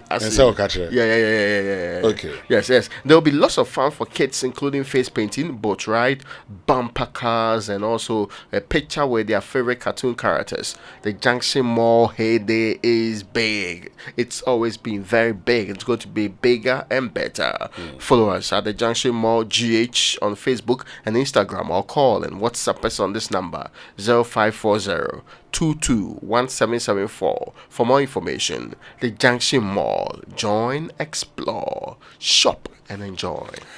Great. Roman, let's get on to the phone lines because we've been joined by Togbe Kosi Nego the Sixth, who's regent of Mepe, and Samuel Okudzeto Ablakwa, as Member of Parliament for North Tongue. Both have joined us on the phone. Good morning, Togbe, and good morning, Honorable Ablakwa. Good morning. Great. Let me start off with you, Togbe. Can you tell us, today, what the status of residents of the affected communities are, particularly Mepe, where you are regent? Well, thank you, and I would like to extend my greetings to your listeners. And I want to make some correction. I am Mankralu Kosi Nego the Sixth, the Mankralu of Mepe traditional area. Okay. Thank you very much. Yes. The life of my people, have gone from bad to worse. It has gone from bad to worse, and we have to create camps for our people in order to allow school children to have access back to their schools. So, as I speak, people are still sleeping in their tents, and whenever it rains, they have to hang somewhere. They have to stand and wait for the rain to stop and the grounds to dry before they can get access back to their tents. Life is very, very, very difficult for my people. And you know how it feels, sleeping, losing your house, and you have to be sleeping in tents. It's not easy. And now the rainy season has started, and we don't know how they are going to cope. It's really difficult. Anytime it starts to rain, then we feel very, very, very bad for them. And some of our people who were displaced and moved out of the town, they have not been able to return back home. Some of them have traveled to the neighboring towns, and they have still not come back because there's no house for them to return to. Okay. And it's really difficult for those who have lost their livelihoods. The farmers are crying. They have to start preparing their lands, plowing their lands, and start farming. But there's nothing for them. And it's really, really difficult for them. Okay. It seems that we have been forgotten. That is the state. It has gone really well. Let me bring in Honorable Ablakwa, because you are a member of parliament for the area. Now, last year during the budget readings, over 200 million Ghana cedis was allocated to the affected communities. The plan was to resettle or probably rebuild these communities. So for those who are, displaced, houses be built for them, even by the state. What's happened? Well, good morning, Winston. Good morning to our revered Manklalo of Mapa. Good morning to all our listeners. Let me confirm what the respected Manklalo has said. We are still waiting on government to commence construction of resettlement homes. You are right that the 2024 budget has an allocation to take care of resettlement, the first phase of resettlement, as the then finance minister put it. We also will recall that the president, in delivering his Independence Day address on the 6th of March, had indicated that 80 million cedis has so far been spent. We, following that statement by the president, filed urgent questions in Parliament for the Works and Housing Minister, the Honorable Kojo Ponkroma, to respond to. Unfortunately, the minister could not give us clarity on what that 80 million cedis has been used for and when the reconstruction will commence. So as we speak, it is the individual efforts, the mobilization that I spearheaded that led to the construction of 2 resettlement edifices in Mepe and in Aveime, housing 600 people. That is what has brought some respite to some of the displaced people. We also are on a 3rd project that we have rolled out in the Advertisements community to also take care of those on that corridor. We have just gone past the foundation level, again being spearheaded by the MP and partners, benevolent Ghanaians, NGOs, organizations, individuals, and associations who are coming to our aid. But in terms of the obligation of government to resettle and compensate the victims of the VRA spillage from the Akosombo Dam, we are yet to really feel and see the response of government. Just by way of clarification, how many people currently need to be resettled or need accommodation? There are at least 2,000 people who are still living in tents. If you come to Mepe Degome, you see thousands living in tents. If you come to Advertisements, you see at least 700 people who are living in tents and in classrooms. The Advertisements basic school has still not been released for students to return to school. And then if you go to Alabonu across the river, you would also see people living in makeshift structures. There are others who we have been able to make arrangements to relocate from the tents to homes that were salvaged. But the issue is really that, remember that according to NADMO, we have more than 12,000 displaced people in Northton alone. Across the country, 36,000. But in Northton alone, we're talking about 12,000 people. So even though our housing projects have housed 600 people so far, that really cannot take care of the numbers. Yes, we prioritize the most vulnerable, the single mothers, the physically challenged, and the aged. That is what my office decided to do, to prioritize those who are really in need of urgent assistance and will not survive in these tents. But the fact is that we really need the government to prioritize the plight of our people. We are all citizens. The government owes us a duty of care. I have been asking if this was a by-election scenario, in probably a swing constituency where the government stands a chance of winning, will this be the approach? I mean, I have over the weekend published the list of projects in the Ejisu constituency. Just within these few weeks, new projects that have started.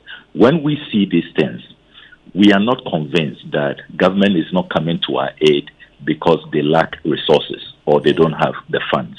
Because we have seen government mobilize resources, put together new projects, get contractors on site within days, in record time, when they have an interest, when probably they have a by-election to win. So why are they treating fellow Ghanaians this way? Ghanaians who, no fault of theirs, I mean, they did nothing to deserve this disaster.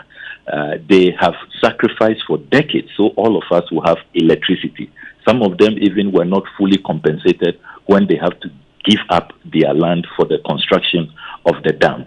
And yet, after taking them by surprise, opening the floodgates of Akosombo and Bond dams and causing this untold havoc, disaster that has led to humanitarian crisis, we are being treated this way. It is most unfair. It's most unfair. And that is why we commend Joy FM for your documentary and your continuous interest in our plight, because it's as though we have been forgotten. It's as though we are not part of Ghana. It's really, really sad. Let me bring in Togbe at this point, because Togbe Nego, there was a talk about validation. In fact, when the minister was in Parliament in March, he says, they were doing some validation. Did the validation start in March? Has it been done, Togbe? Before I answer that question, I want to use this opportunity to commend our hardworking MP and partners for coming to our aid. They have been able to reduce the number of people who are at the tents. And also, I want to use this opportunity to thank Ghanaians and the other media houses for the love they showed us throughout the flood. We had some visitors last Friday from the housing ministry. They visited us that they come to revalidate their data. So they spent 3 days, Friday, Saturday, and then Sunday, going around taking records of the collapsed houses. So they said they are using 10 days for that exercise. So it is after that validation that we'll wait and see what happens. But I must say that there has not been any lack of information from the government we just sit down and then they just come and dump things on us. We heard that interministerial committee was formed, and we have been waiting for the interministerial committee to engage us, listen to us, know some of our challenges. Without coming to us, I don't know if they are going to address all our challenges for us. No, Togwe, hold on a minute. Are you saying that the interministerial committee, apart from the time the president visited, has never visited your community? No, we have never had any engagement with the interministerial committee. I see. And I don't know how long it will take for them to visit us and sit with us. All we want. Wow. Honorable Ablakwa, we were told that there were going to be, settlements built in 5 communities. So there'll be one in Mepe, Bato, New Bakba, then also Adidome and one of the Mafi towns. So far, the president said 80 million Ghana cedis has been spent. Is there anything to show in these communities? No, there is no evidence of that 80 million cedis. Indeed, if you follow the parliamentary question time, my colleagues and I demanded from the Works and Housing Minister a breakdown of that 80 million, what exactly it has been used for. The minister clearly could not provide the breakdown and said that he would let us have that later. In his response, it was not even clear whether they were now going to spend or they have already utilized. It was, swinging like a pendulum in between going to be used, having been utilized. He left us in a state of haziness. There was no clarity on the matter. And that is why when you come to the ground, you come to our constituencies, you would not see evidence of any construction, any resettlement, or compensation for that matter. I do not know of a single victim who has been compensated. So government has to really come clean and tell us exactly what is going on. All of these fantastic sums we are hearing, where are the monies going to? What are they being used for? Maybe some preparatory work outside the constituency. They should let us know. They should let us, and we have done what we have to do by engaging the ministers. We have raised the issues on the floor. I have delivered at least 3 statements on this matter. I have filed questions to various ministers, Works and Housing, Finance, Agric. So what is required of us, we are doing that.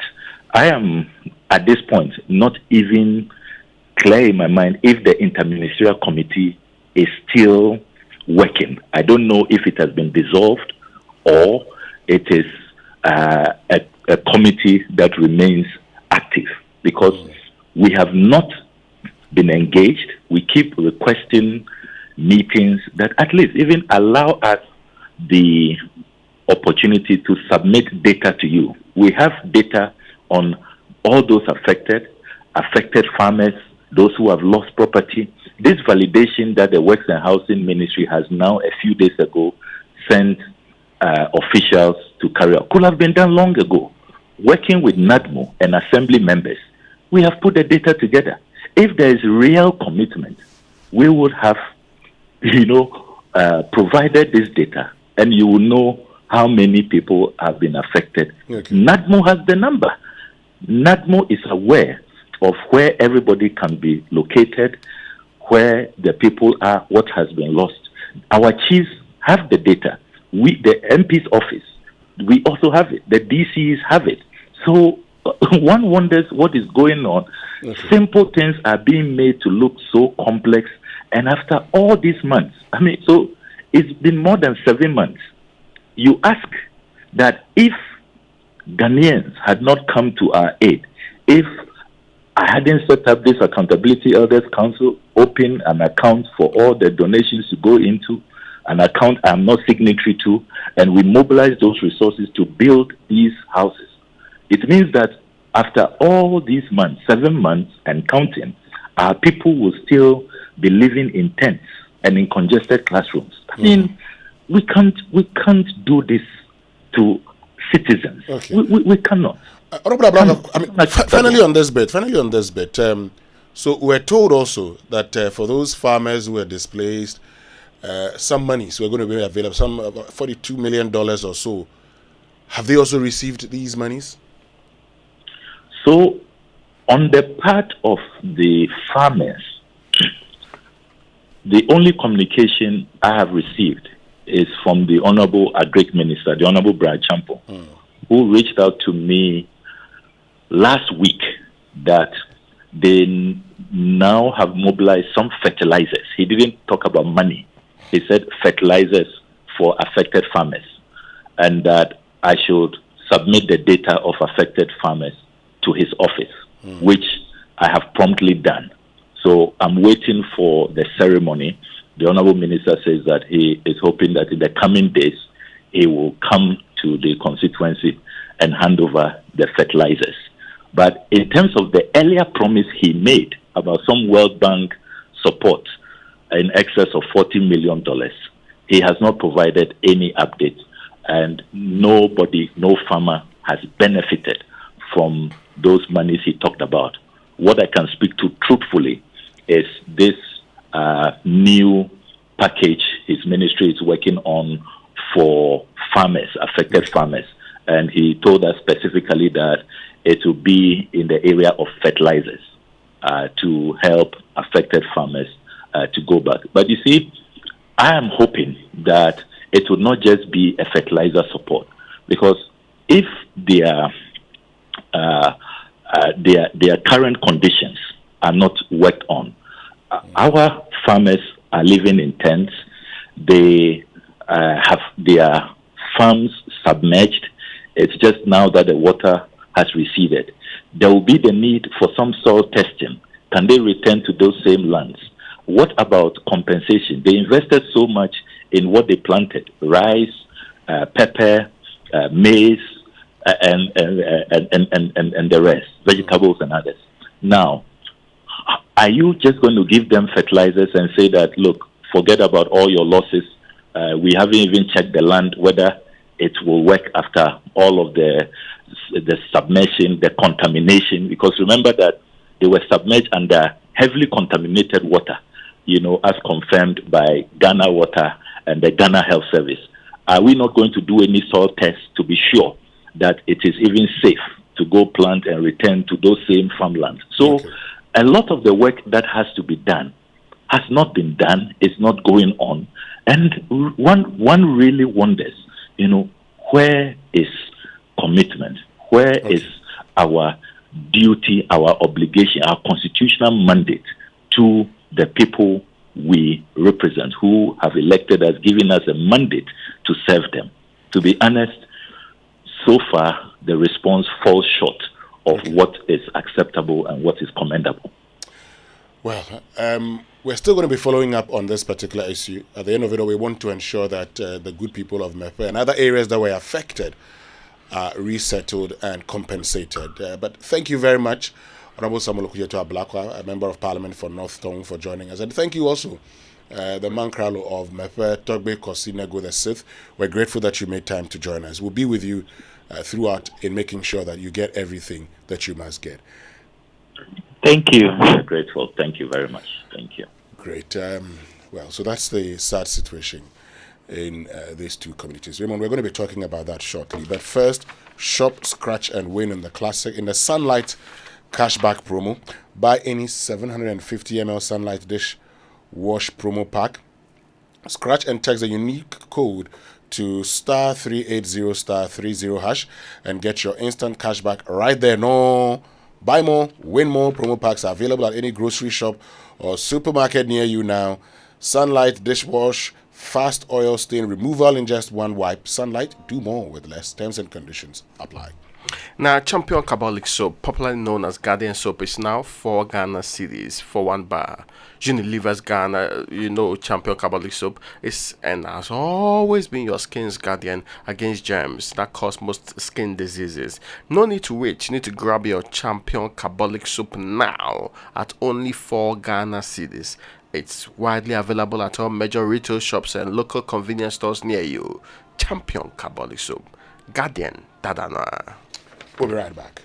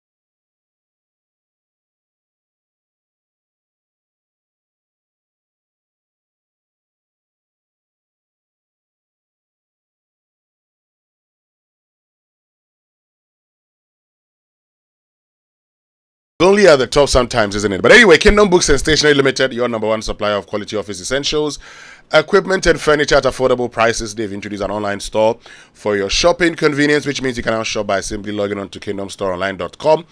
Without physically coming to any of their branches, it is hassle-free, and they will arrange delivery to your home and office within a reasonable time. They offer free delivery within Accra and Tema and accept payment via Momo across all networks. Terms and conditions ever apply at Kingdom. Quality and affordability are their hallmarks. Who is lonely at the top, the president or the vice president? I say sometimes. Okay. I'm not sure the president is lonely at the top. He says he's large and in charge. Yeah, okay. Nobody. Not lame duck. No. He's still in charge.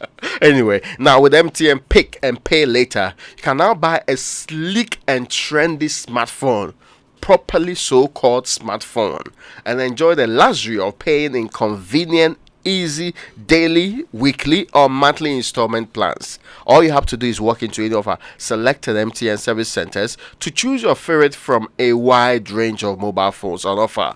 The best part is all phones come with a 2 gig free MTN data for the first 6 months, so you can share it with your pictures and get all the biggest scoops online.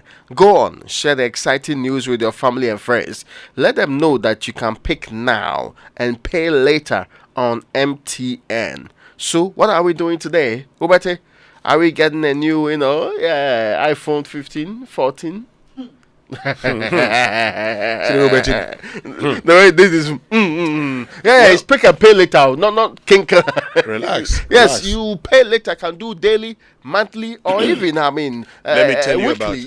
Let me tell you about the exciting announcement for all Ghanaian entrepreneurs and aspiring ones that promise to revolutionize your approach to business and success. Join another Dr. Michael Ejekum on 2nd May 2024 at the Accra International Conference Center as he unveils 2 masterpiece books, Fundamentals of Entrepreneurship, that delve into the depths of entrepreneurship.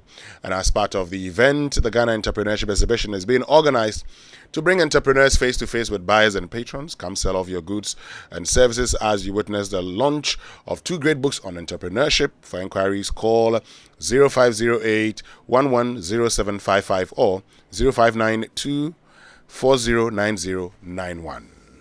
Now let me bring you some good news. I mean, if you want to get back to living your best life at the Trust Sports Wellness Festival, this is just the best time to do so. Join us this and every first Saturday. We are starting from May 4th, 2024. That's the first Saturday in May for aerobics, health talks, networking, and more. The venue is Trust Sports Emporium, Bukum Boxing Arena, and Forecourt. Entry is free. Maxwell Agbagba. Entry is free. Call 0599 745 705 or 0594 925 114 for further information. Don't miss out on healthy fun. It's good for your health. It's good to stay healthy, and it's good to exercise. Money will not be a barrier for you, Maxwell. Well, Mother's Day is here with us again. And if you're thinking of the best experience to give your mother, wife, sister, girlfriend, or landlady, look no further, because you can join Clemento Suarez, General Ntatia, and Akofa Ejani, Edinam Atachi, and more for a special pre-Mother's Day theatre experience at the National Theatre on the 3rd and 4th of May 2024 at 4 p.m. first show, 8 p.m. second show each day. It's all about In the Chest of a Woman, stage play written by Efu Kojomaugbe and produced by Africa Arts Network. Come, let's dive into a world where power, desire, and resilience collide as In the Chest of a Woman explores the depth and complexities of womanhood, revealing that within every woman lies not just the physicality of her being, but a potent force yearning to be unleashed. The chest of a woman is not only an extension of the breast and a feeble heart, but a flaming desire to possess and use power. To purchase tickets, simply dial 713*33*21# or visit egotickets.com or the Express Pay app or the various locations: Airport, Shell, Bachuna Total on Spinters Road, Rocks, Wache, Silverbird Cinemas at Accra Mall, and Gold Coast Restaurant. Don't miss out. Purchase your tickets now. For more information, call 0541 234 586. Well, that's our time with Alas this morning here on the Super Morning Show. We'll still continue with the We should keenly be following what's happening. Spillage, yes. Yeah, I mean, it's very, very important. It's unconscionable. We need to get to the aid of the people as soon as possible. We can't take our eye off that particular ball. I mean, we collectively inflicted upon the people. It's in our collective interest to fix the problem. Yeah. And if we make commitments, we should deliver on these commitments. Right. On behalf of the team led by Samuel Dami, my name is Winston Amoa. Raymond Akwa. Have a lovely day.